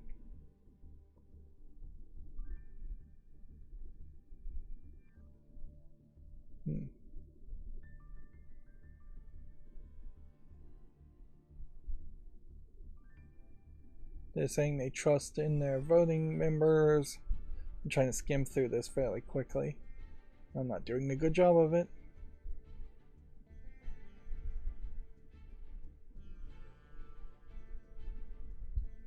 They're one of the, let's see, the best game and British game prizes have previously been decided by industry professionals. This year they'll be voted on by all BAFTA game members, of which there are over 1,000. So people who were winning BAFTAs up until this point were being voted on by very small groups when they're saying industry professionals. Potentially one person picking who was winning, as little as one person. And so now they're having a more public vote of their members, not that public of a vote. But all the other awards are still being voted by industry juries, is what they're calling. The original property award has been renamed the New Intellectual Property to better communicate the category's purpose, which I guess that means if it's based off of a book or something, it wouldn't count, or if it was a remake.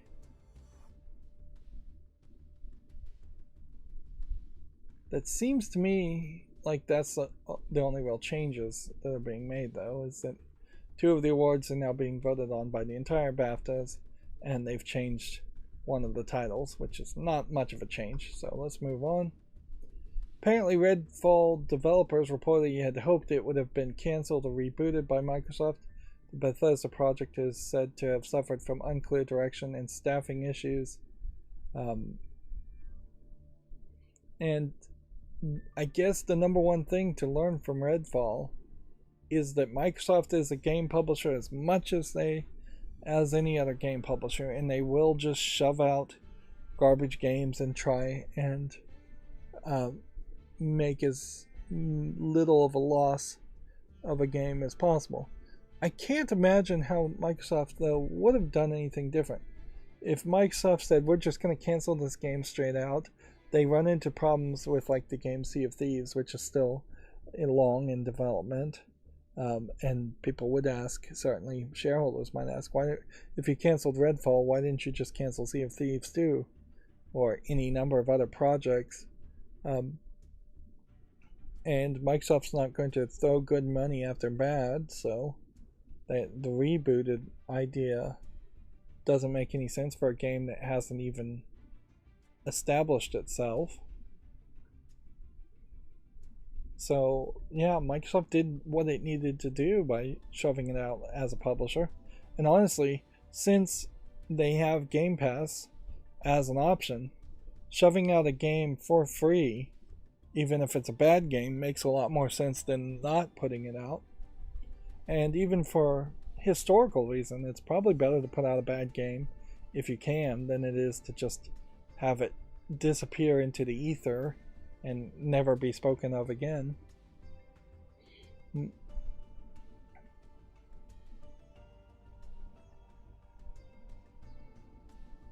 But yeah, you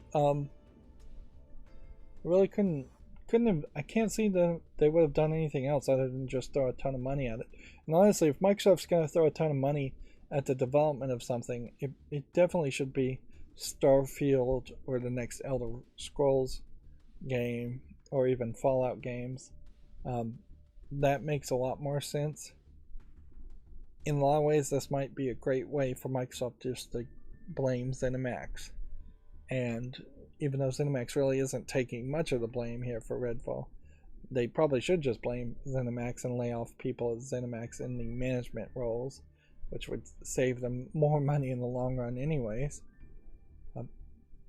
It might very well be a Game of Thrones style political intrigue scenario where they let Redfall come out and be a bad game so they could fire at least one person at ZeniMax, one manager. And we have yet to hear that any managers at ZeniMax have left or been fired, but I wouldn't be surprised if the pressure is on. Apparently, a rare Mega Drive game has sold for nearly $10,000. Lakers versus Celtics is common in North America, but in Europe it's extremely rare. So is this the PAL copy? Yeah. Okay. Yeah, $10,000 doesn't seem that extremely high for a collectible. But yeah, I definitely have seen some video games, very common video games, getting tried to be sold or getting rated at very high prices, particularly by WATA. The Kirby support studio Vanpool is closed. I think we had already talked about that. We already talked about that. Apparently, a World of Warcraft writer claims that Blizzard fired him after he added a corporate greed joke. The dialogue in question was reportedly in the game for a week until someone very high saw it. In particular, this joke was being spoken by a loot goblin character who is of a whole group of people, as far as loot goblins, that were built around being greedy and or satirizing the idea of corporate greed. So it was very much in character and in line with the character. Of course, this is just one person's assumption, and maybe it's true and maybe it isn't. Yeah, undoubtedly, people in companies, managers have huge egos and think they are gods, basically, and so anyone who would even be perceived as making fun of them may very well get fired unceremoniously. Does he have a case for unfair layoff? Probably not in the United States.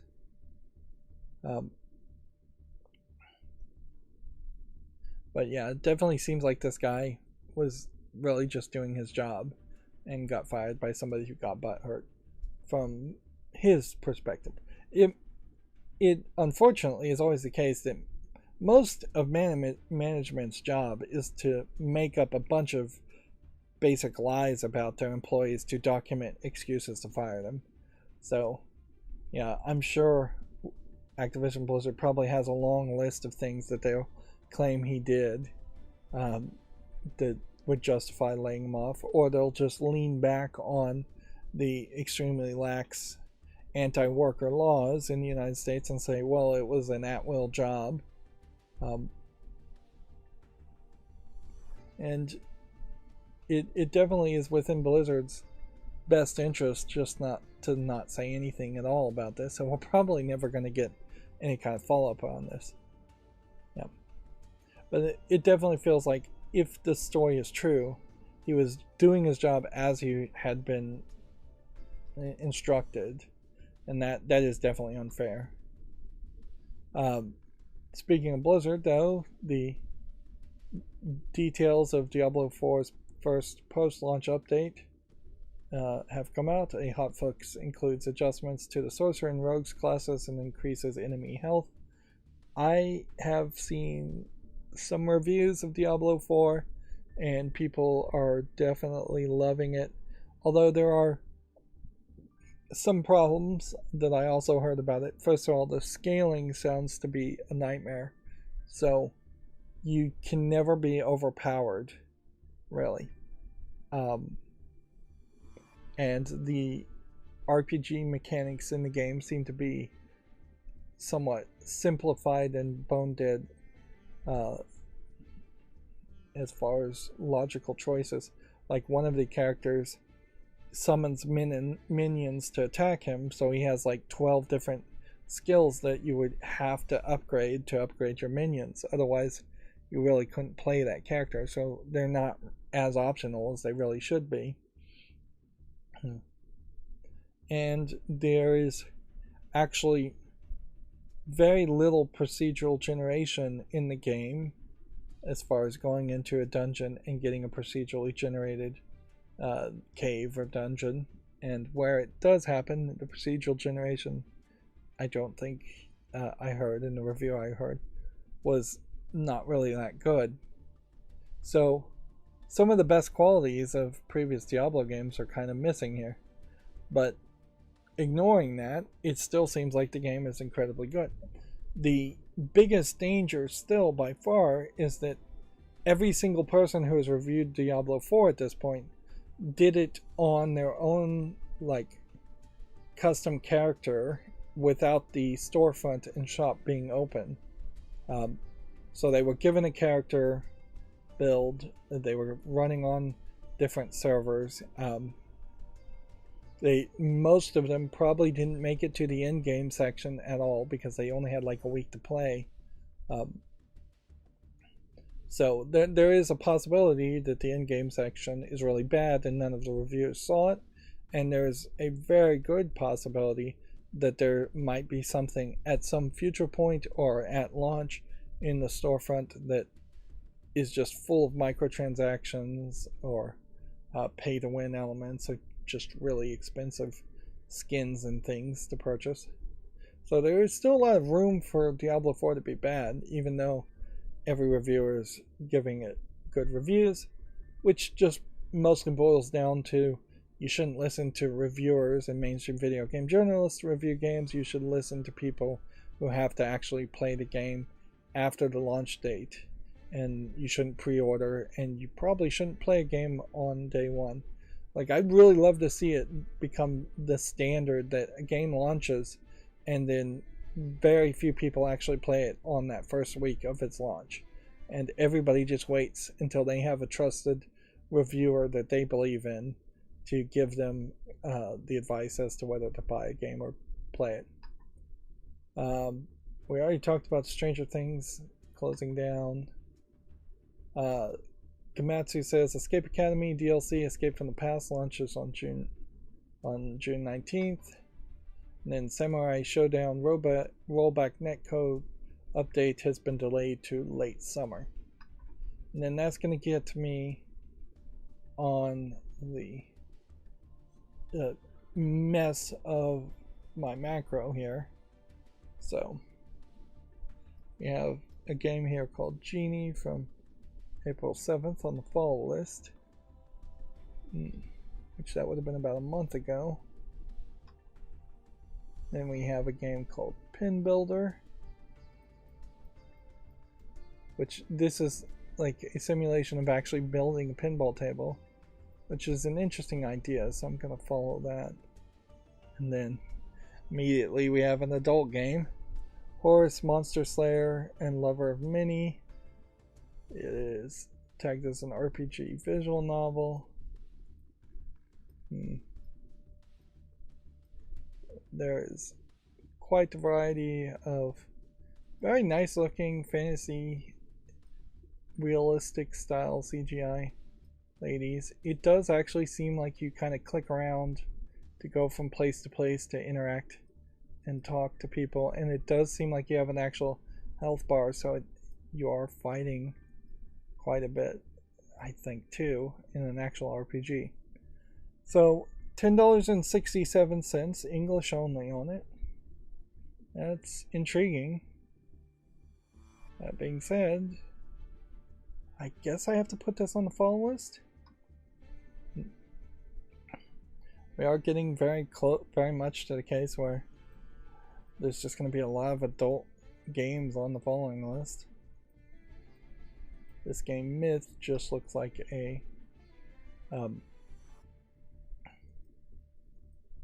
horror game. Same with the Soul Labyrinth. These games that we're looking at today are potentially going to be older games that we may have already looked at, but they may potentially also be games that we missed. And there will never be a full I'm going to say no to this. It's not varied enough. We'll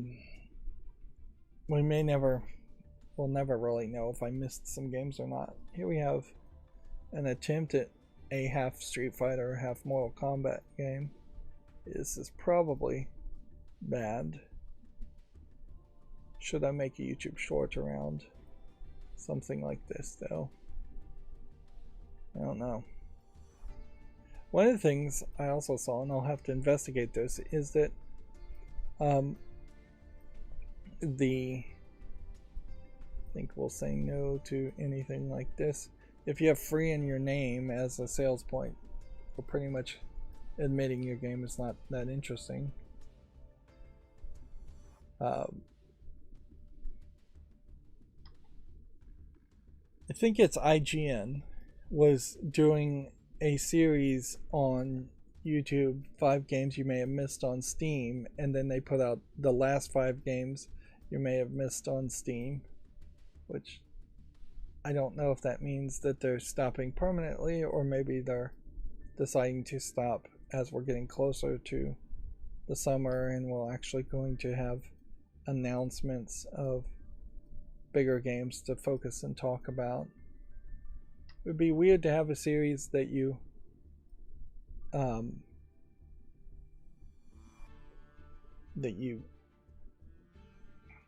started and stopped every year for half a year.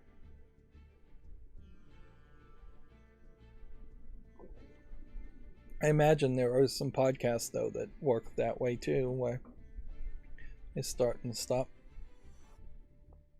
So here we have a game called Friday, which is weird because it's clearly trying to do Wednesday Addams. Wednesday's child is filled with woe, is the poem that they mention in the Wednesday Netflix series.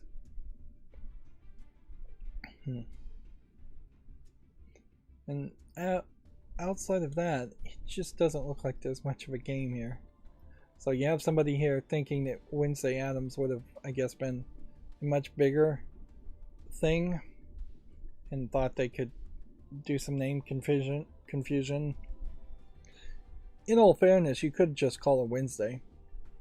Like, a goth girl named Wednesday is probably not something that could be copyrighted anyways.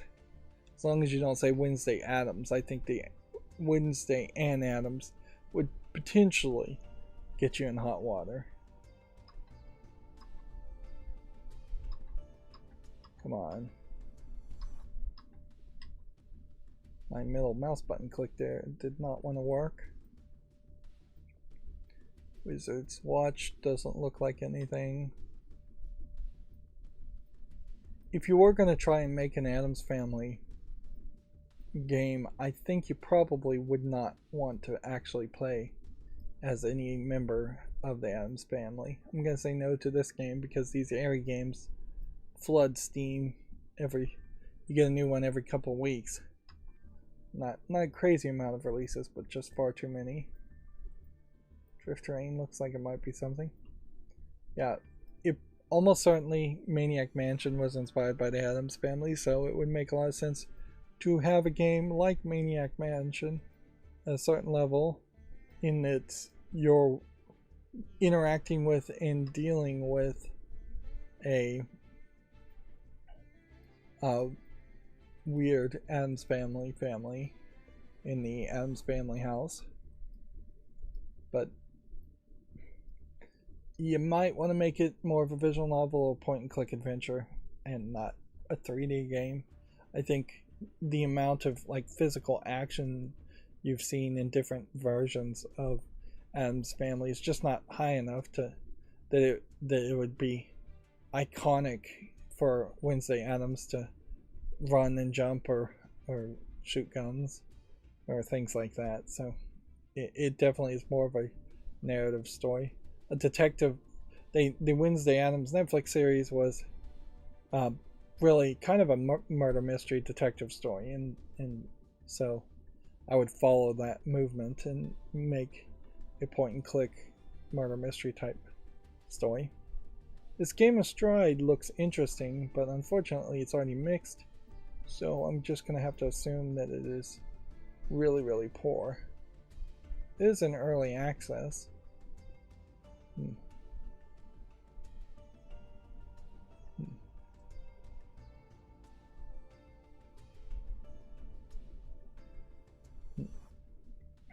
I guess what I can do is put this on the follow list and check back on it later. We're still looking for good horse games. At least one good horse game.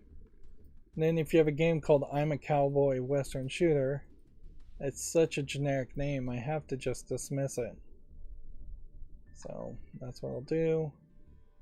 We have a hidden object game. I'll make a YouTube short around that. I actually don't get that many hidden object games anymore, so definitely makes sense. You have a game here called Beautiful Summer, which looks like it's an RPG Maker game, potentially implying that there might be some adult content, but doesn't actually say any of that. It's just a low effort thumbnail. Another Backrooms game.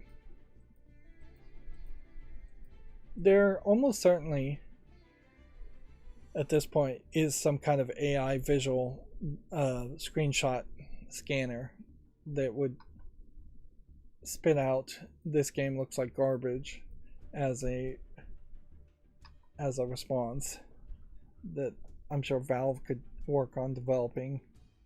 Because if you look at a thumbnail and it looks generic or poorly made, if you're looking at screenshots and they look poorly made, then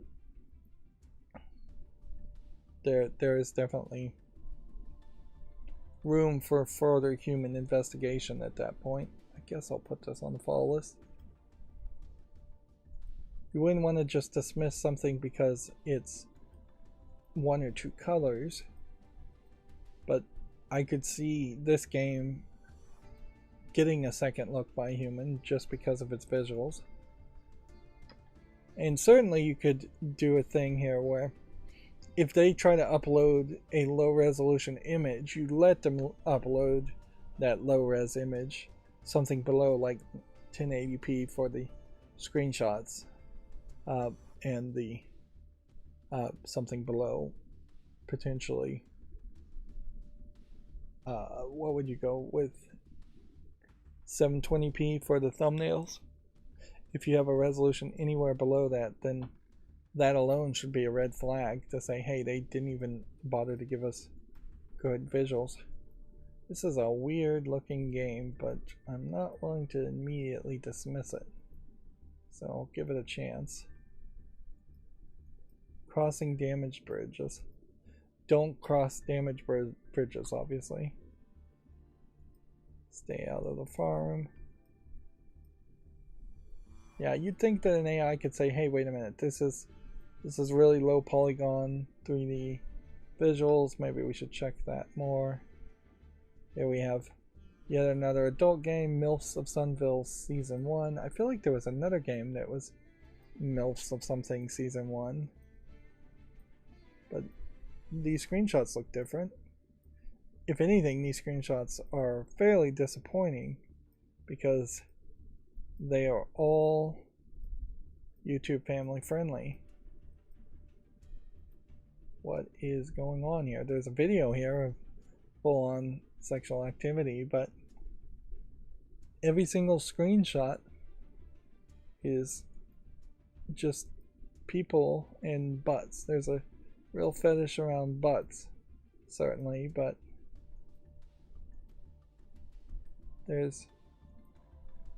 everything's been censored. Interesting. This game is rated very positively, and it's still in the adult section. It's $8.49. English, German, Russian, French, and Ukrainian is the first few languages. I just don't get it. There's full-on nudity in the description. In total, MILFs of Sunville Season 1 can boast more than 12,000 pictures, 270 animated clips, and 25,000 lines of dialogue, which is actually an incredibly low amount of dialogue, but whatever, it's an adult game. Are we potentially at a point now where Valve is coming back to these publishers and telling them to clean up their screenshots? Or are we hitting a point now where adult games have realized that they're giving away too much free content with the screenshots? These are the 3D CGI girls with fairly realistic color palettes, natural color palettes. Next game we have is called Rune Shroom. It looks interesting. You'll stay here forever. Doesn't look like anything. Mirage doesn't look like anything. Next, we have another adult game, Furry MILF, which this is anthropomorphic animal furries, furry ladies in particular, in single gravure style pictures in all the screenshots. If that's your thing, it's $1.79, English only. Not terrible, but I would question how many pictures you're actually going to get. And apparently it's a 2D puzzle game, but every single screenshot is just the nudity. There's not a single screenshot showing any 2D puzzling going on here. I assume it's just a generic slide puzzle game. Let's see. Fruit Pro VR Fruit Punch looks like nothing. Project Proxima looks like nothing. Gym Tomb might be something, but it is also from the follow list. We just naturally transitioned into the follow list. Let's see, the last one here was June 2nd, and that's why we definitely need the dividers in the macro to work. Otherwise I would have just said, oh well, this looks interesting enough, and made a YouTube short around it. This next one, as we're going through the GMGs, we have a Gym Wizards Tactics game. It is 84% positive, $14.99. It's been as low as $2.99. I'll put it on the wish list. It's not particularly the most interesting looking style of games to me, but whatever. And then Gym Deeps, we have to say no to. Gully Breakdance, we have to say no to. And then Judonia, classic open world RPG game. It's very positive, this game is, but honestly I just don't think I'd want to play it. So I think I have to make an executive decision here and just say, look, I'm gonna play maybe the next Skyrim Elder Scrolls games, big games that lots of people would play, or a Zelda game, if I so chose, but I'm not going to play just a generic fantasy RPG game. And if I was, let's be honest, I would lean more towards a Japanese fantasy RPG game, which has probably more relevancy than this would. Gear Shifters, looks like it is a car combat game. Car-based shoot 'em up. That's an interesting idea, so I'll put that on the wish list. Gear Club Unlimited 2 Ultimate Edition.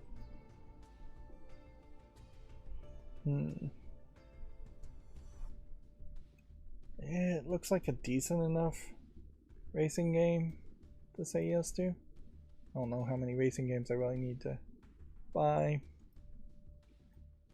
Gav Odyssey came out in January, so I probably should say no to it, but I'll be generous and leave it on the follow list.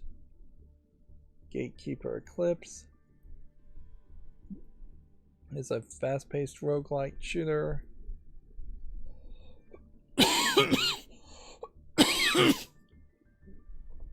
It's a prologue version of the game Gatekeeper.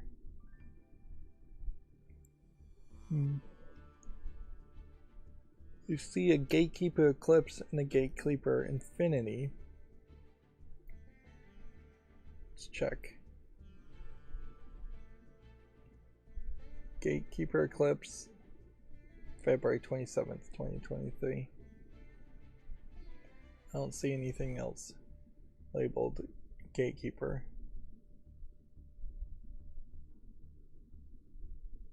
So this must be still in development. And really, this is a prologue game. So I think I'm going to take this off the follow list because obviously I didn't realize that it was just basically a demo. Godzilla. Let's see. Godzilla's Wakened. And you were breaking buildings. I am very interested in a building beat 'em up game. That being said, this doesn't quite scratch that itch. So I'm going to take that off. So now we're back to Komatsu articles. Like I said, we're going to be all over the place today. Skatebird is now available for the PS4 and PS5. It was previously released for Xbox, Switch, PC, and Lua. Let's see, Skatebird is out. I suppose at this point, I was thinking that I would make YouTube Shorts when a new version of a game is released on a different console. It would have some slight relevancy to say, hey, this just came out on PlayStation 4, but remember it also is available on Steam. But that really, I already have way too many YouTube Shorts getting made anyways. So updates to the game, yes, get your new YouTube Short, particularly a new trailer. Getting released on a new console, no. A game called Slavpunk Old Timers launches June 28th. It is a isometric shooter.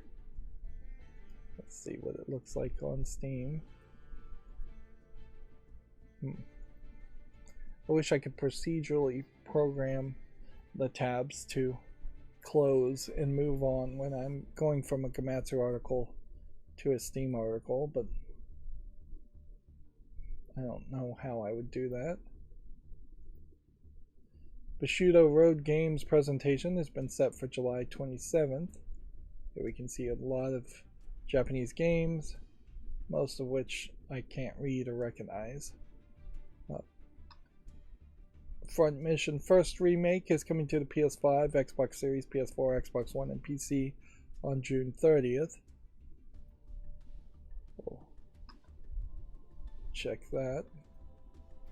Looks like it's an XCOM style game, so it doesn't particularly interest me that much.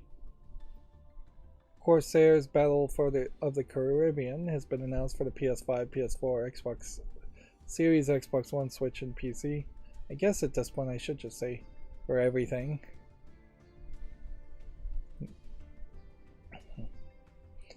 If only I had some kind of plugin that would take a list and then summarize that list. I'm going to say no to putting this on the fall list or making a YouTube short on it. It just isn't visually appealing enough. But yeah, whenever I saw the exact phrase PS5, Xbox Series, PS4, and Xbox One, whenever I see that, and PC, if I had some kind of plugin that saw that text and then re-summarized it and changed it to every console, that would be interesting. I may actually have a plugin installed that might do that. That'd save me a lot of breath, certainly. This Higurashi When They Cry Howl is coming out for the PS4 and Switch. It's well, the DLC for it is called Higurashi When They Cry Origin, being announced, due out June 22nd in Japan. If I recall correctly, the Higurashi When They Cry series is kind of this long-running JRPG or RPG Maker experience where people get trapped in this village and then they all get murdered slowly and then time resets and they do it again and again, and you're trying to figure out who the killer is or break the curse, something like that. This series in particular had kind of a unique art style when it first started, but not that unique. It very much is in the line of what an early 90s anime would have looked like, and it was going for more of that moe style, or particularly what would have been known as moe in the 90s, and they've just stuck with that animation style, which over the years has drifted and evolved. So now their animation style seems fairly rough. Plus, it's a visual novel, so they didn't want to try and spend a lot of energy reanimating everything. It's become somewhat iconic, I imagine, for the series. But yeah, it definitely comes off as a little soft and poorly drawn, even by 90s anime style. Yeah, a lot of times I say things are in the 90s too, and I forget that the 2000s and the 2010s also existed, or even the 2020s. I guess we're in 2020s now. Grand Blue Fantasy versus Rising Siegfried gameplay trailer and PS4 and PS5 online beta test set for mid-July. Check out this Gematsu article if you're interested. The Famitsu sales from the 22nd to the 28th have been updated. I guess this is Zelda in a different kind of outfit. You have Bustafellas Season 2 taking the number 3rd spot for the Switch. That feels like that is either a shoot 'em up game or a visual novel. And then you have Princess Arthur for the Switch taking the 15th spot, and Aki Ito and Oo Shiro HD Remaster on the 16th. You have Nintendo Switch games in general all the way till number 17 with Hogwarts Legacy for the PS4. Not a single PS5 on the list. Dranius number 20, Akana 4 Rhythms Across the Blue Extra number 21, Puzzle Bobble Everywhere number 23, and Batsugun Saturn Tribute Reloaded number 29. If anything, since there isn't really a big breakout hit game, I guess Bustafellas is the biggest breakout hit this week. It really goes to show how just having a lot of third-party developers in Japan in particular produce games and release games lets Nintendo Switch dominate in the sales market. And as long as Nintendo is dominating in the sales market of the software, then it's no surprise that hardware market would follow. And so we have consistent more sales for Switch OLED models than we do PlayStation 5s. I don't know if the PlayStation 5 has ever outsold the Switch. If it did it for like 1 week.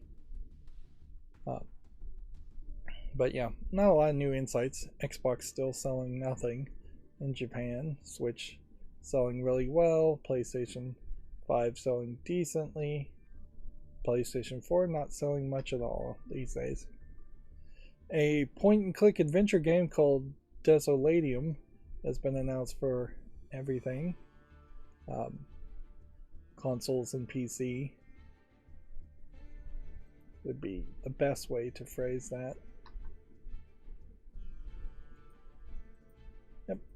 It looks like it's a very unique visual art style for a point-and-click horror game, which may help it quite a bit. That does intrigue me visually. A game called Scarf is coming to consoles, PS4s, PS5s, Xbox Series, and Xbox Ones on July 6th. Is it already on Steam? Yes. So we can see it came out in 2021. Not to be confused with Journey, even though visually it definitely looks a lot like Journey. Medic Quest 3 was announced. We already talked about that for as little as I cared. A game called Forever Skies launches in early access for PC on June 22nd. Let's see. I assume first-person apocalyptic survival game is what they describe it as. there might be something here, but it might very well be too early access and not really have any story or process to it. Spider-Man 2 map is roughly twice the size of the previous games, and the character switching has been detailed. You can see he's gliding / flying. Oculus Publishing and White Owls Incorporated announced Death Game Hotel for Quest 2 and Quest 3. At a certain point, though, I'm not willing to make YouTube shorts around anything that isn't on Steam. That's just my line because that's the macro. It couldn't handle a URL from a different storefront. So, we can't watch this trailer apparently because it's restricted. I imagine it doesn't show too much. There might be something interesting visually around this, but I guess it doesn't really matter too much. And yeah, I'm just not going to promote Quest 2 or Quest 3 games. That being said, anything on Steam is fair game to get a YouTube short, as far as I'm concerned. This was the studio that was founded by the Deadly Premonition creator Hidetaka Swery 65 Suhiro. So if this is inspired by Deadly Premonition, it could be pretty weird. That being said, I don't feel like Swery 65 is actually a particularly good game developer, so I hope there's some more talented people assisting him and just taking his crazy ideas, which it definitely seems like this game could have crazy ideas, and doing a better job at making it a good game.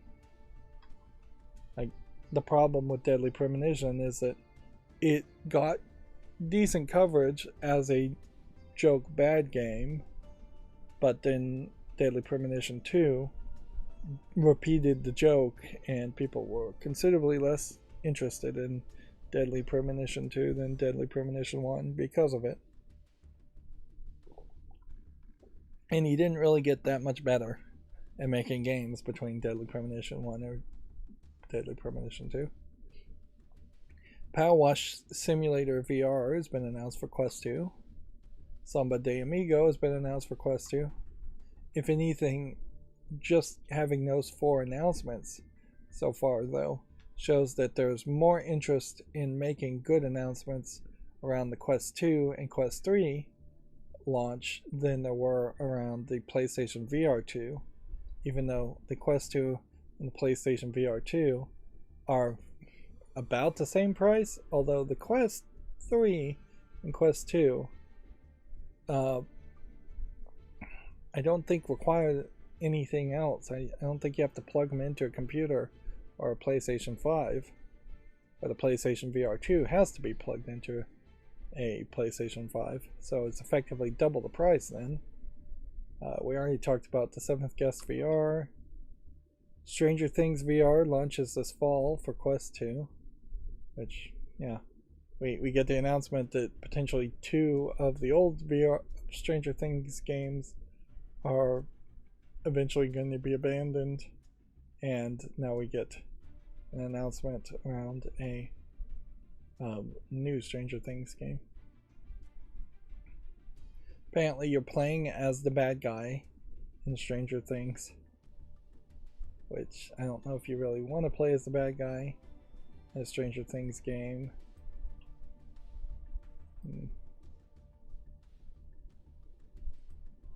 Yeah, and this just does feel like this is a horror experience.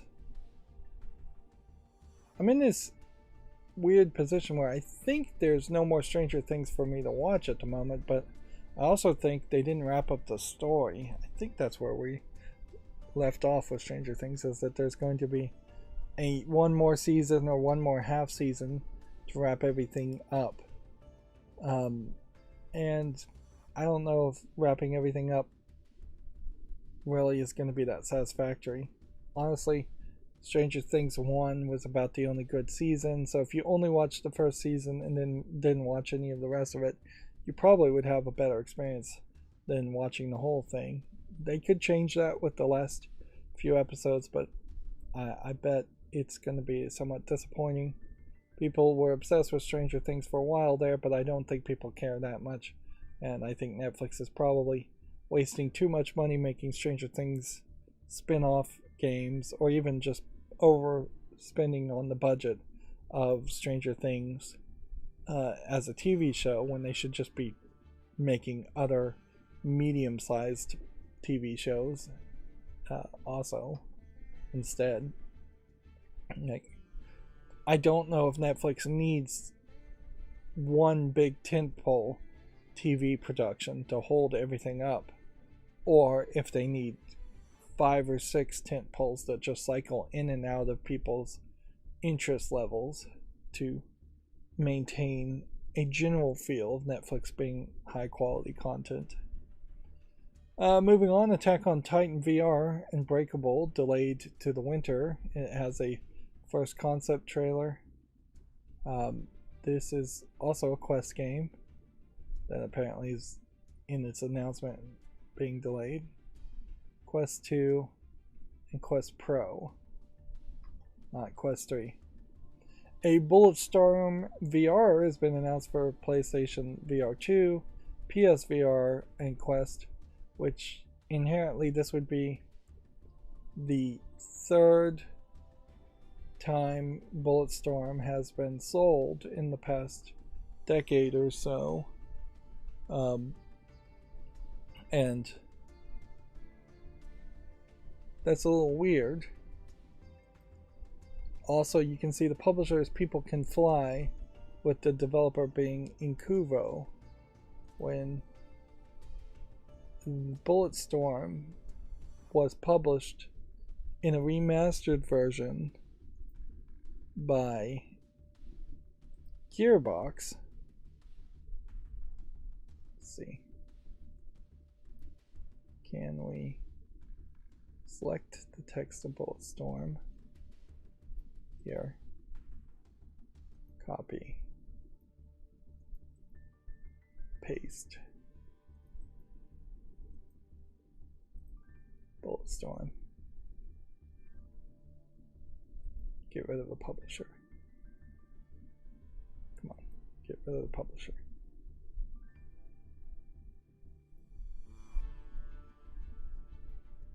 There we go. So yeah, you have a Bulletstorm full clip edition here that was developed by People Can Fly and published by Gearbox Publishing. And then people were upset that you got this remastered version,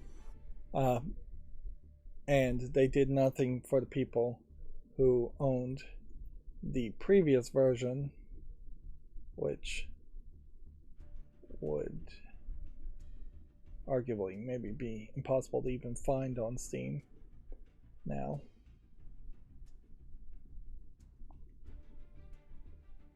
Yeah, the original version of Bulletstorm, which I do own, not even showing up on the list. Let's see. Sort by name. Only the full clip of it edition is showing up. Yeah, and it definitely didn't feel like that was a particularly fruitful or even good relationship. Gearbox Publishing in general, I just think, never was a good idea in the first place.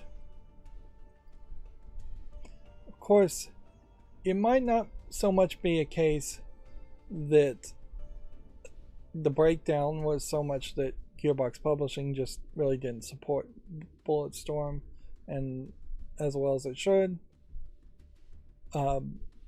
It might be a case that because Embracer Group has acquired Gearbox since then, that Embracer Group is just not interested in being the publisher of a Bulletstorm VR. So now People Can Fly has turned themselves into a publisher, but this is a different game that is being developed by the developer of this game, Green Hell. Which that doesn't look terrible as a game, and it is a VR game, so they're not going in the wrong direction with their developer, really.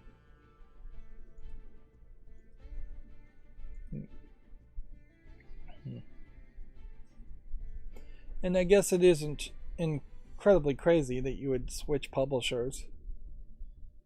What's more crazy by far is the desire to make Bulletstorm just a thing that succeeds. People Can Fly, I don't think, has anything else that they can sell, though, at this point.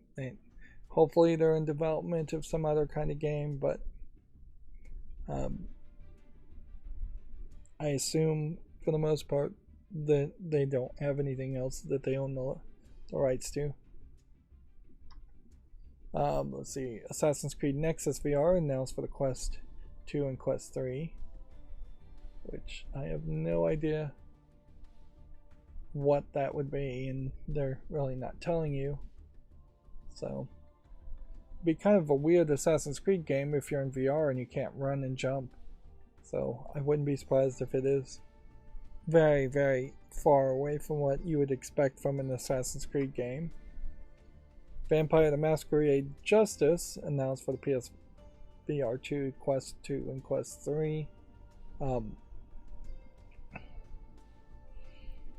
Yeah, the problem with anything with Vampire the Masquerade in front of it is that so many different games can have that title in front of it from different developers that there's really no quality behind the name. It is just the equivalent of saying Dungeons and Dragons Justice.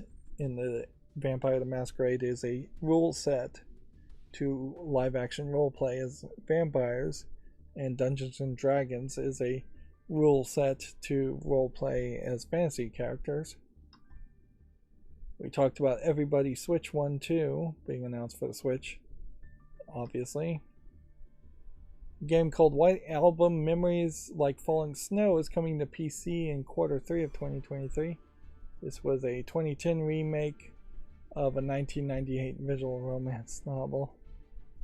So, I assume it is coming out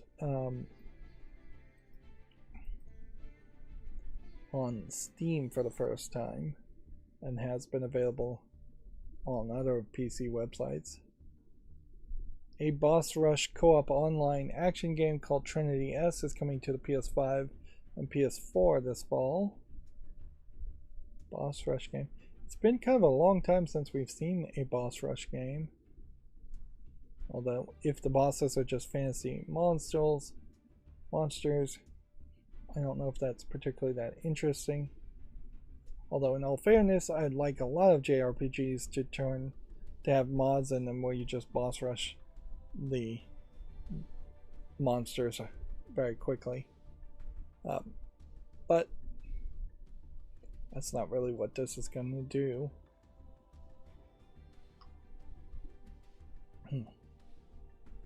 The idea of turning a JRPG into a boss rush game would really just make developers of JRPGs work harder, because the content in between the boss fights tend to be where you're developing the easiest low effort content, just making open fields and having random spawning enemies. That's a lot less work than having a bespoke boss with a unique attack set and unique animations. Moving on, the King of Fighters 13 global match for PS4 open beta test set for June 5th to the 11th. A game called Zytris system trailer is available. If you want to check that out, this is a turn-based RPG game. It's due out for the PS5, PS4, and Switch on June 29th in Japan. Dungeon Travelers 2 and Dungeons Travelers 2-2 for PC launches June 9th worldwide. I feel like we had already gotten the announcement of this game but now we may have a full release date. Possibly. Though I don't think we have them linking to a Steam page. Sorry, I'm stuttering a little bit over here. Yep. Again, I just feel like I'm losing momentum. It says launch for PC, maybe not launch for Steam. Final Fantasy VII Rebirth development progressing smoothly and according to plan, says the producer Yoshinori Katase.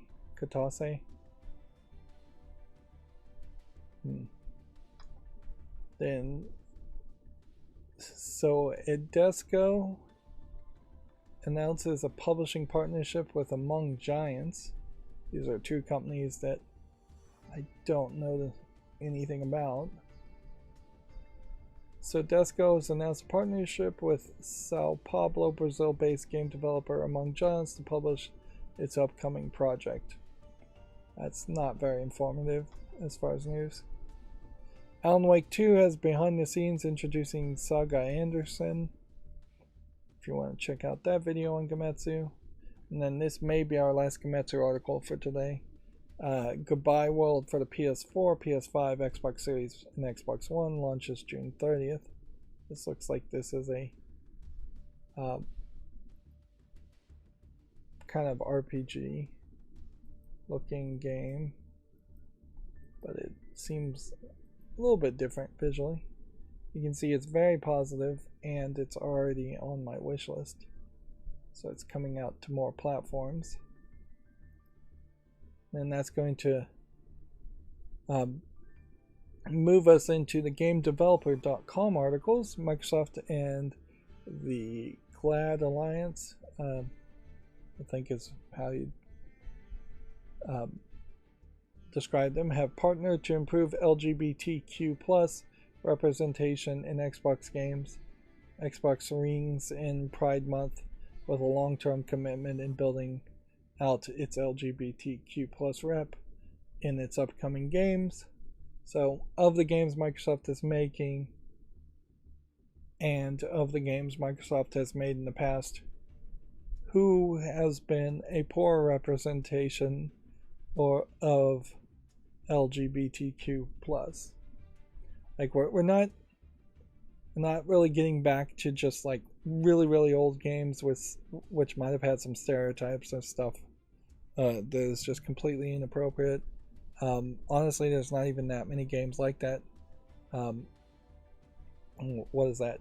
Custer's Last Stand or for the Atari that was offensive.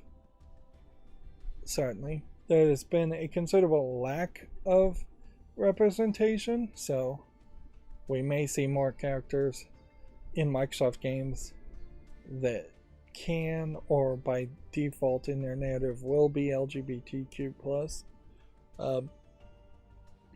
And like I said several weeks ago with the like forced lesbian relationship in the Horizon DLC that just came out, if you write the character from the beginning to have that tendency and have that be part of her I want to say culture, part of her backstory and her development, that's fine.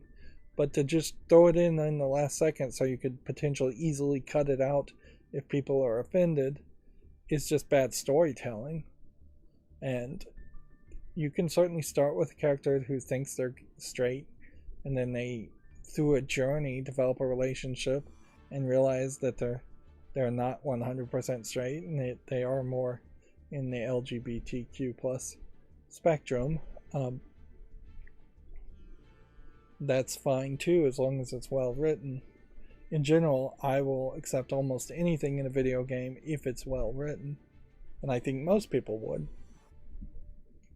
But we have definitely seen in the past where it comes off as very tokenish, and that is the thing that you have to always avoid too is that we're not just going to have the token gay in games going forward. We shouldn't have a token gay. But then when you also get down to who are the characters in Microsoft games, there aren't that many Microsoft games in the first place. Let's do this.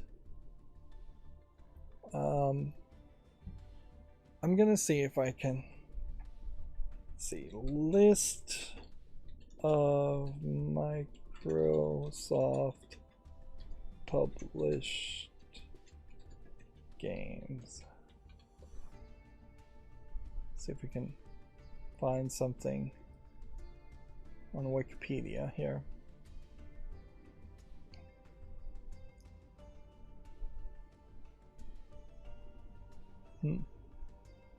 So we can start by skipping anything for the trash 80, TRS 80 in 1979. But we can look at this to say, hey, here's what they would have been making a long time ago. Apparently Bill Gates made Donkey.Basic.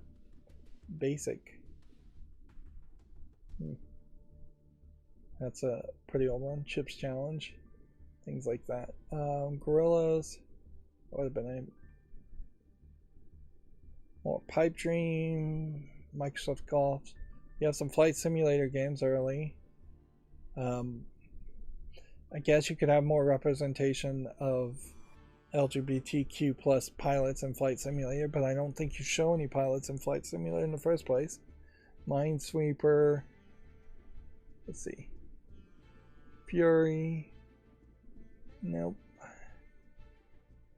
You're just not running into games so far that would even have people in them. Full Court Press here. NBA Full Court Press from 1996.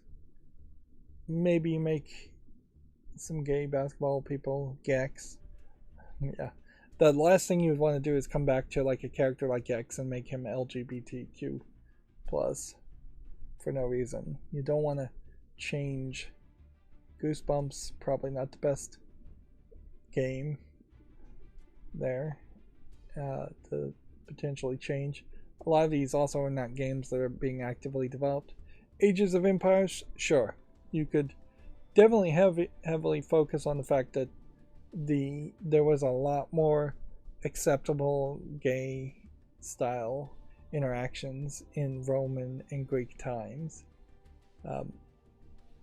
before the heavy homophobia that was introduced by very conservative Christian Catholic rule. Dilbert's Desktop Toys, probably not remaking that. Let's see. So we're getting into like 1999, and you can see the vast majority of what Microsoft would have published before really becoming Microsoft Xbox Studios is not stuff that would get remade. Crimson Skies, maybe a remake there might work. And if they could get the license on some of this stuff, it might make sense. Metal Gear Solid was apparently published at some point. Maybe there's some room there. Dead or Alive 3. Maybe you'd introduce a character to Halo. I guess maybe there's some room for more characters in the Halo universe. They could be LGBTQ+. There aren't that many characters in the Halo universe in the first place, though. It's just a long list of Microsoft games that are nothing. And then we know they own Double Fine, and so of the Double Fine games, you could probably add a couple of characters there or make new games from Double Fine. We know they own ZeniMax, so in the Doom games and the Fallout games, like you could already pretty much, I think, be gay in the Fallout games. Nude Natural Ultimate Digital Experiment. Interesting name.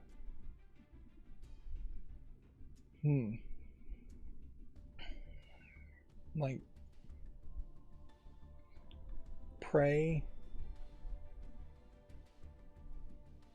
you start to think about some of the ZeniMax other published games, the Doom reboots. Like, I think you could make an argument that Doom Guy is asexual because he seems very much to only care about killing Doom monsters and a little bunny character, so he might weirdly be in love with the bunny and have a weird fetish there, which, like, that would be poor representation according to the Glad Alliance, I'm sure, is if they came out and said the Doom Guy is in a deep like romantic infatuation with his pet bunny. This Sudiki might be an example of where we started to get into the Xbox era, and Xbox was definitely the edgelord early 2000s focus. So as we go down this direction, you start to get into fairly heteronormative representations, heavily sexualized characters.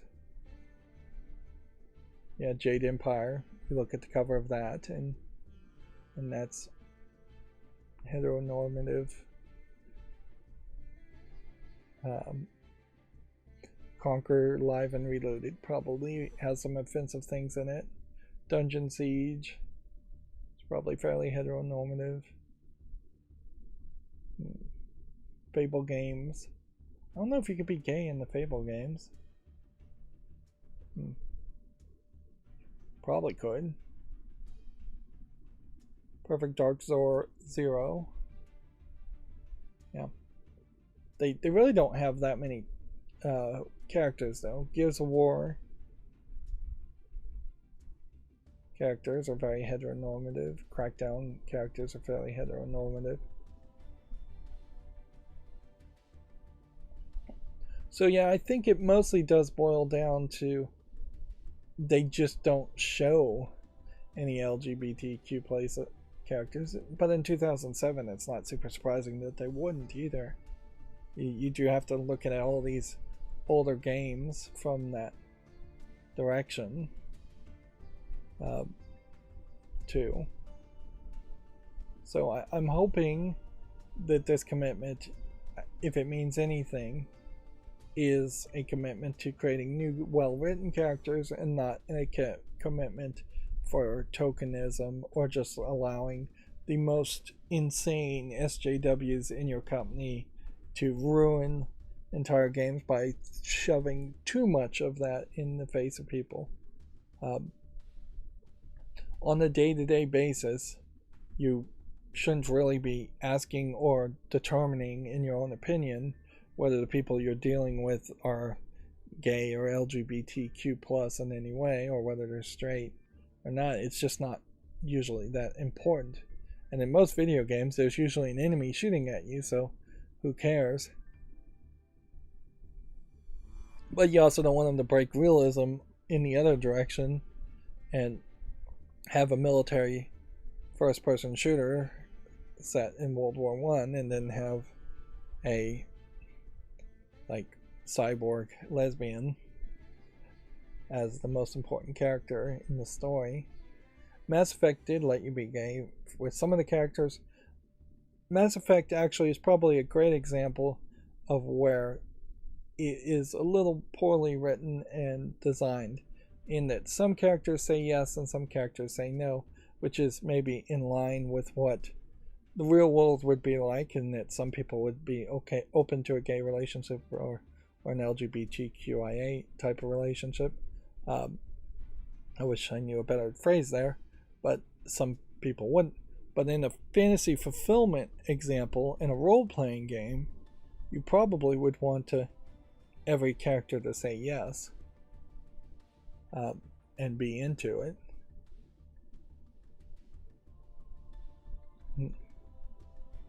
You definitely don't want to go back and say Rocky and Bullwinkle were secretly gay partners. I mean, it's a funny argument to make, certainly, but you don't want to canonize that and ruin people's nostalgia.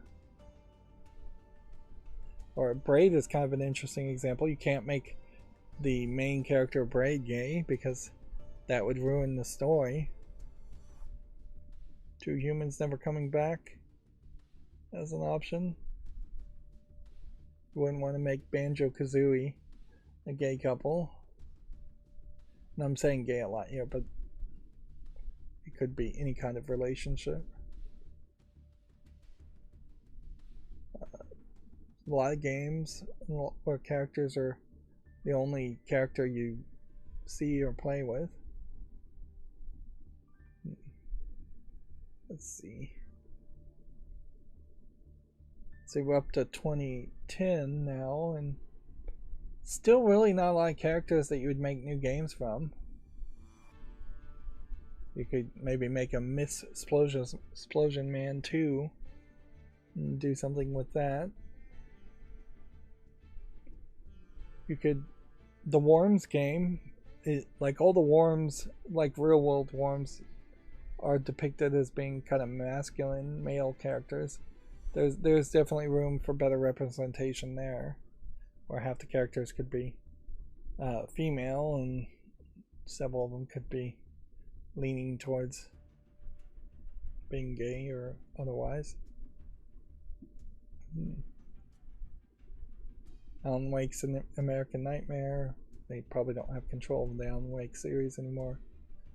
You really can't do anything with like South Park games. South Park is going to be South Park and should be South Park. Can't really do anything with Fez.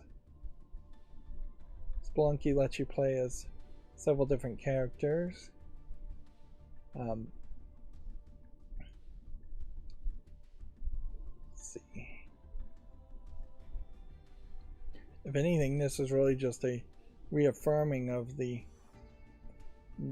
vast amount of games Microsoft either acquired or has released and failed to make continuing series from. They just kind of give up around games fairly quickly, so, instead of bringing them back or making remakes or making sequels. I guess there's a lot of games here that if they still completely own the rights to, they could remake. But a lot of these I think they just published. So in a lot of ways this is also just the general problem with that idea around video games in general, is that you have just a lot of games where it's not that many people, or it would ruin the established narrative to change the people. Gears of War in particular, though, I think you could change pretty easily. You could add a new character that is LGBTQ+ easily.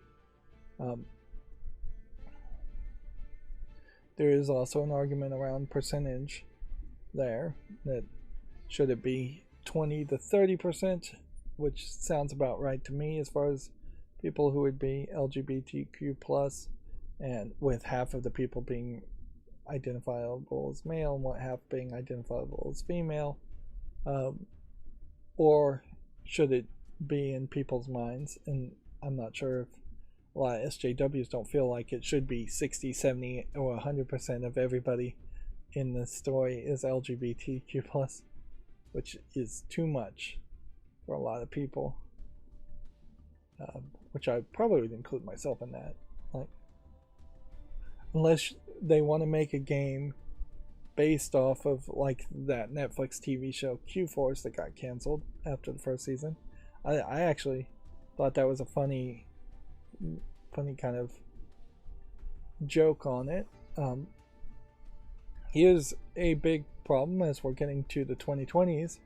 If Microsoft owns Minecraft, no way they can add any LGBTQ+ content there.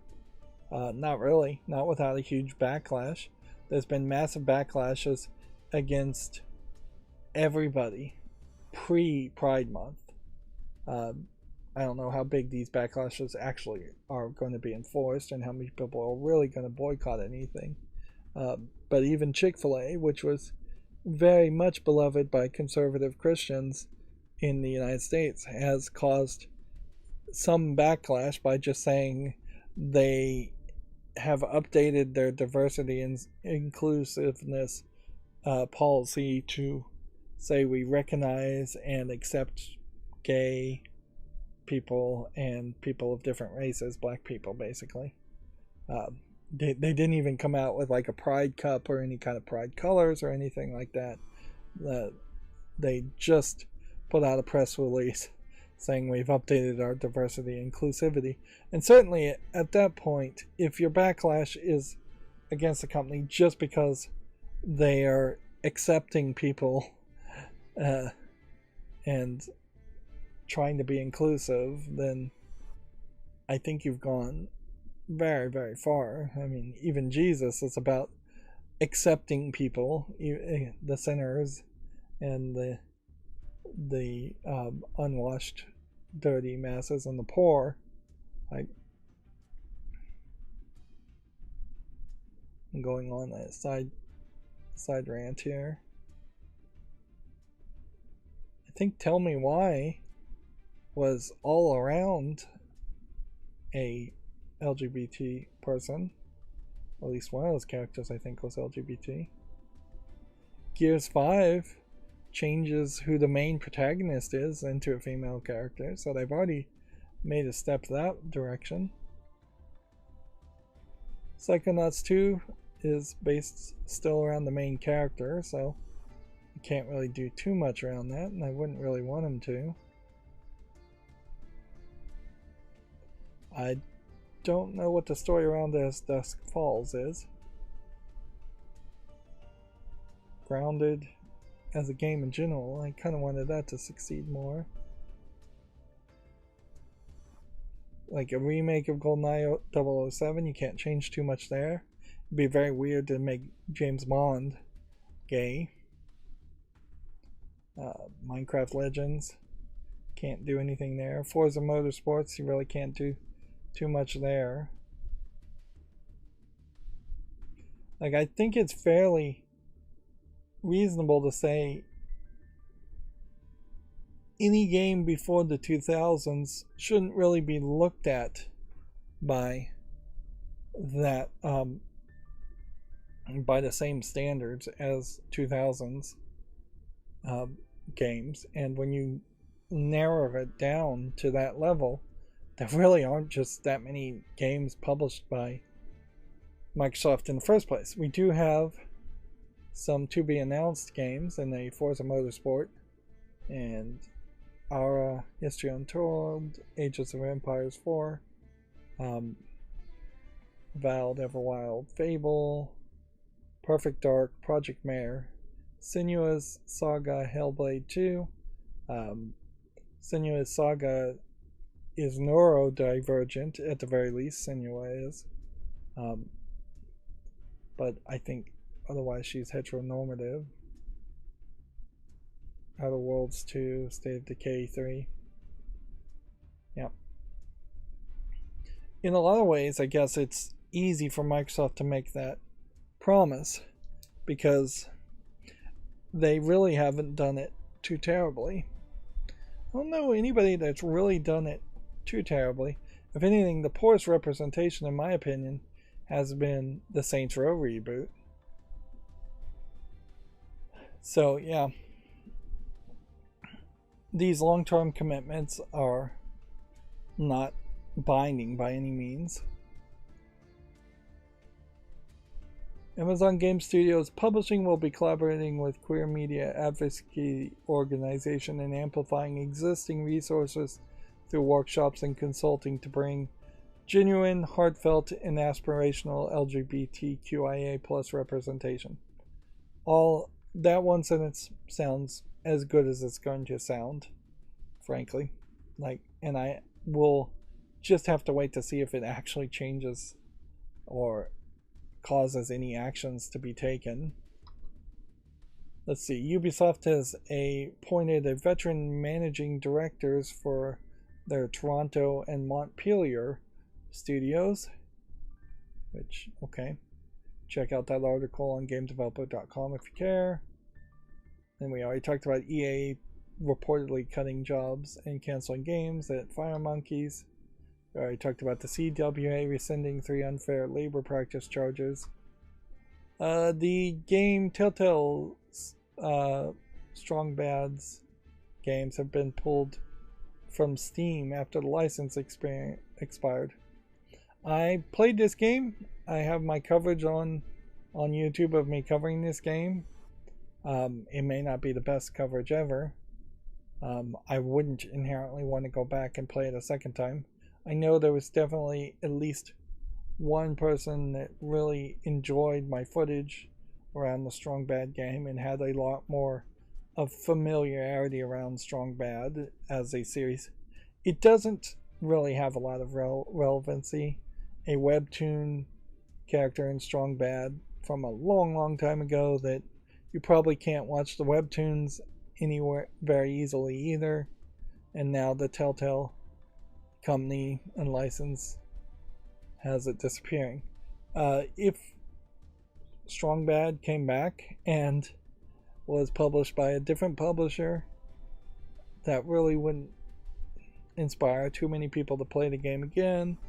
If they made a remaster of it, I don't think that would inspire too many people either. I feel like Strong Bad is just going to fall into the ether of history, and it's probably fine that it does. As for people that did want to play this game, now that it is effectively abandonware, I think you're even more justified to go and find a pirated copy of these games if you want to. I don't think the games are really worth finding and playing, though, in my opinion. But it does definitely go to show that you either own it on your hard drive digitally, or you own it on a disc, or you don't own it at all. Because if it's up in the cloud, at any point it could disappear, at least for being available for purchase. I think people who already own the game can re-download it.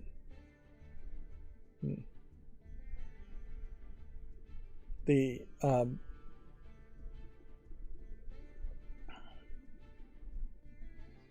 other problem here certainly is that this is probably a game that would become a little bit less easy to install as you move towards a potential Windows 11, or there is talk of a Windows 12.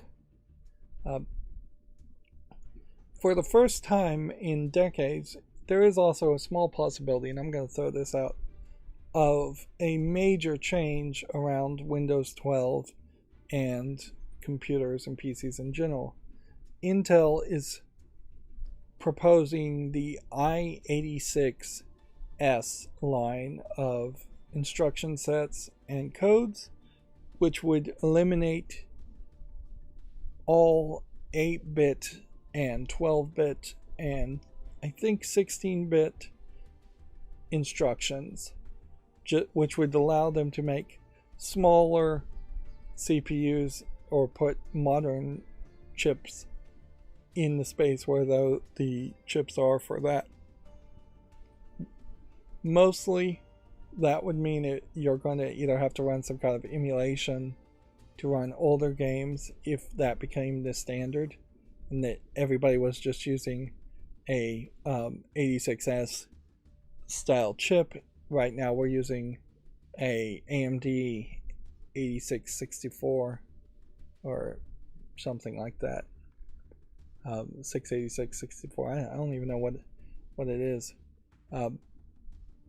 But right now we've been using the AMD 64-bit instruction set for PC gaming for decades now.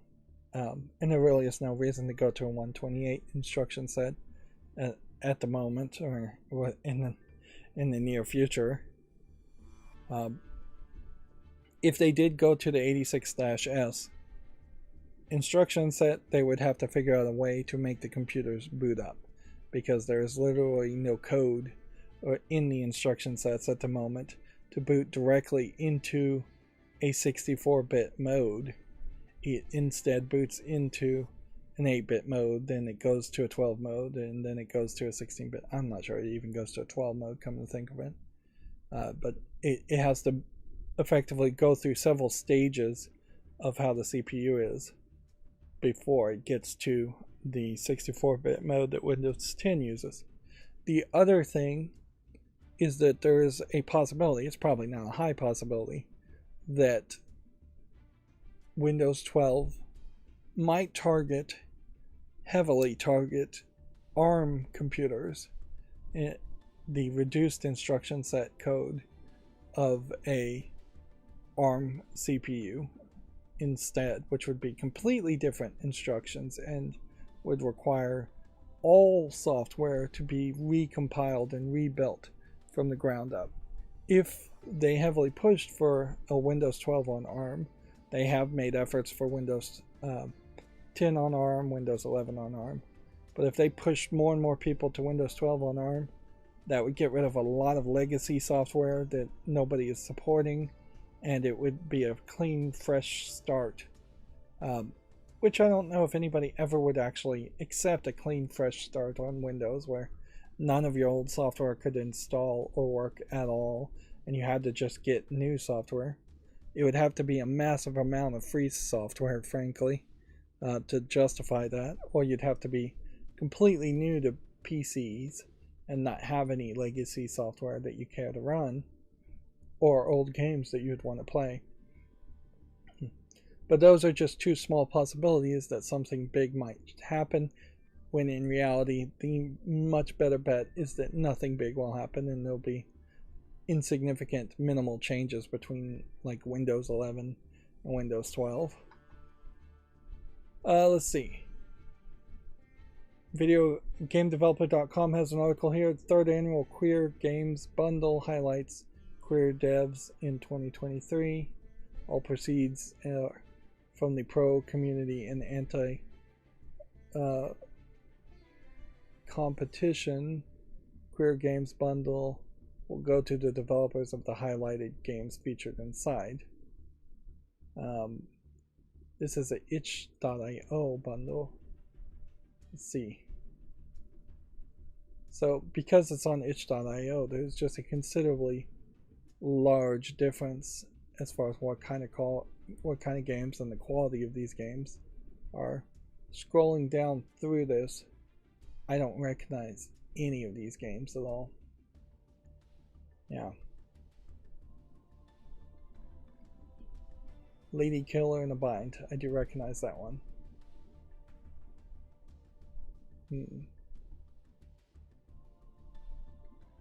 But the vast majority of these itch.io games, I assume, are very short, very simplistic games. You can see by the animation style that there's just a lack of real polish.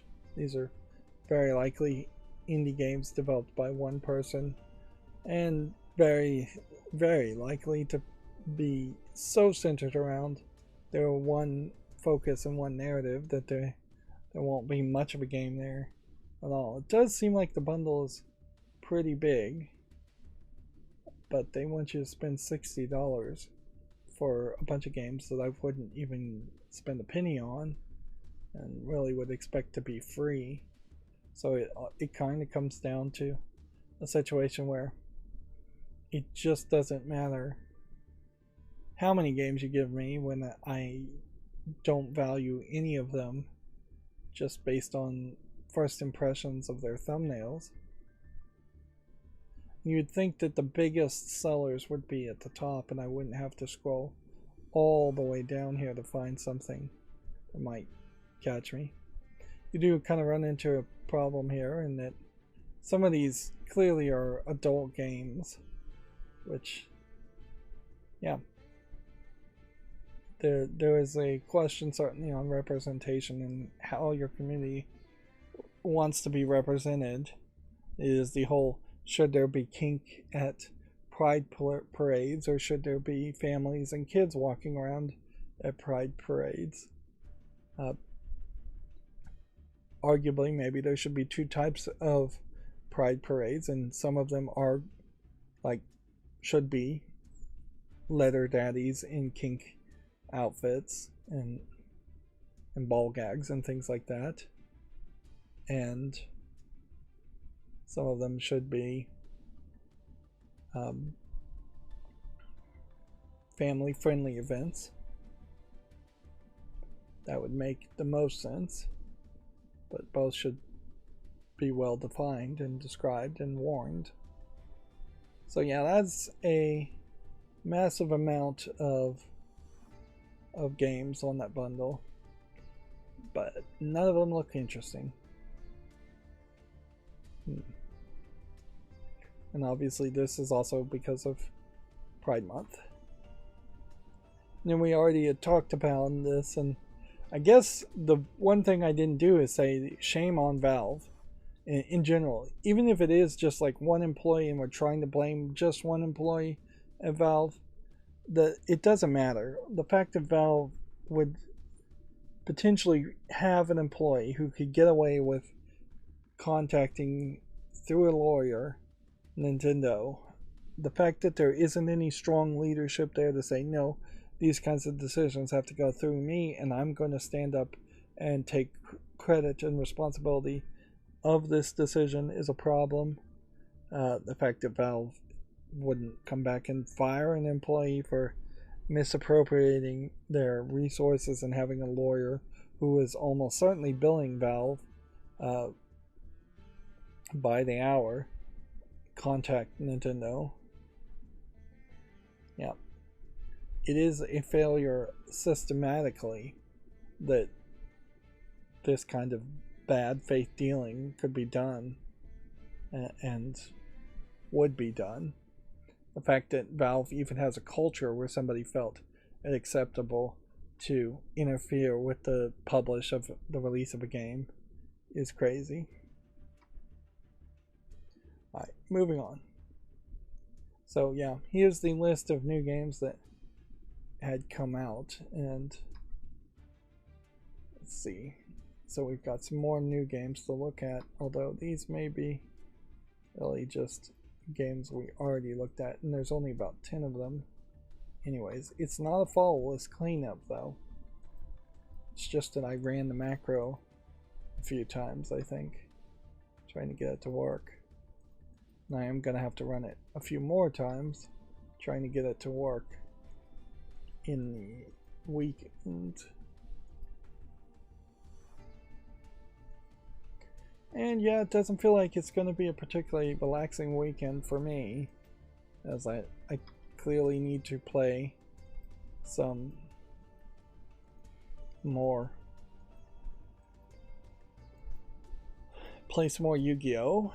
And is this a fall list game? And I need to play more Indiana Jones. And I need to work on the macro. This pile-up game caught my attention earlier, so I'm going to give that a follow. Zombie Ants doesn't look interesting. VT Harmony looks weird. I'll give it a chance. And then that looks like nothing. What is this next tab? No, that's just a open tab in general. Okay. So let me just clean up the rest of this.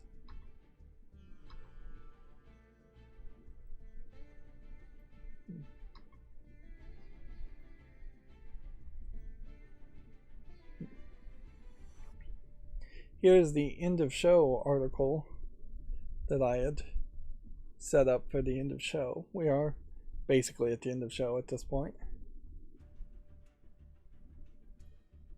I guess in general I am looking for feedback on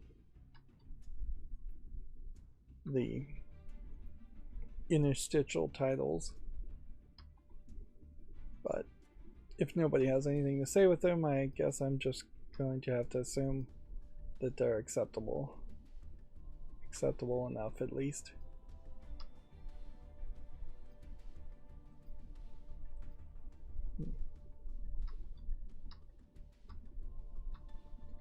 Yeah. Seems like the macro crashed multiple times at the same place, so yeah. So there wasn't anything new to cover.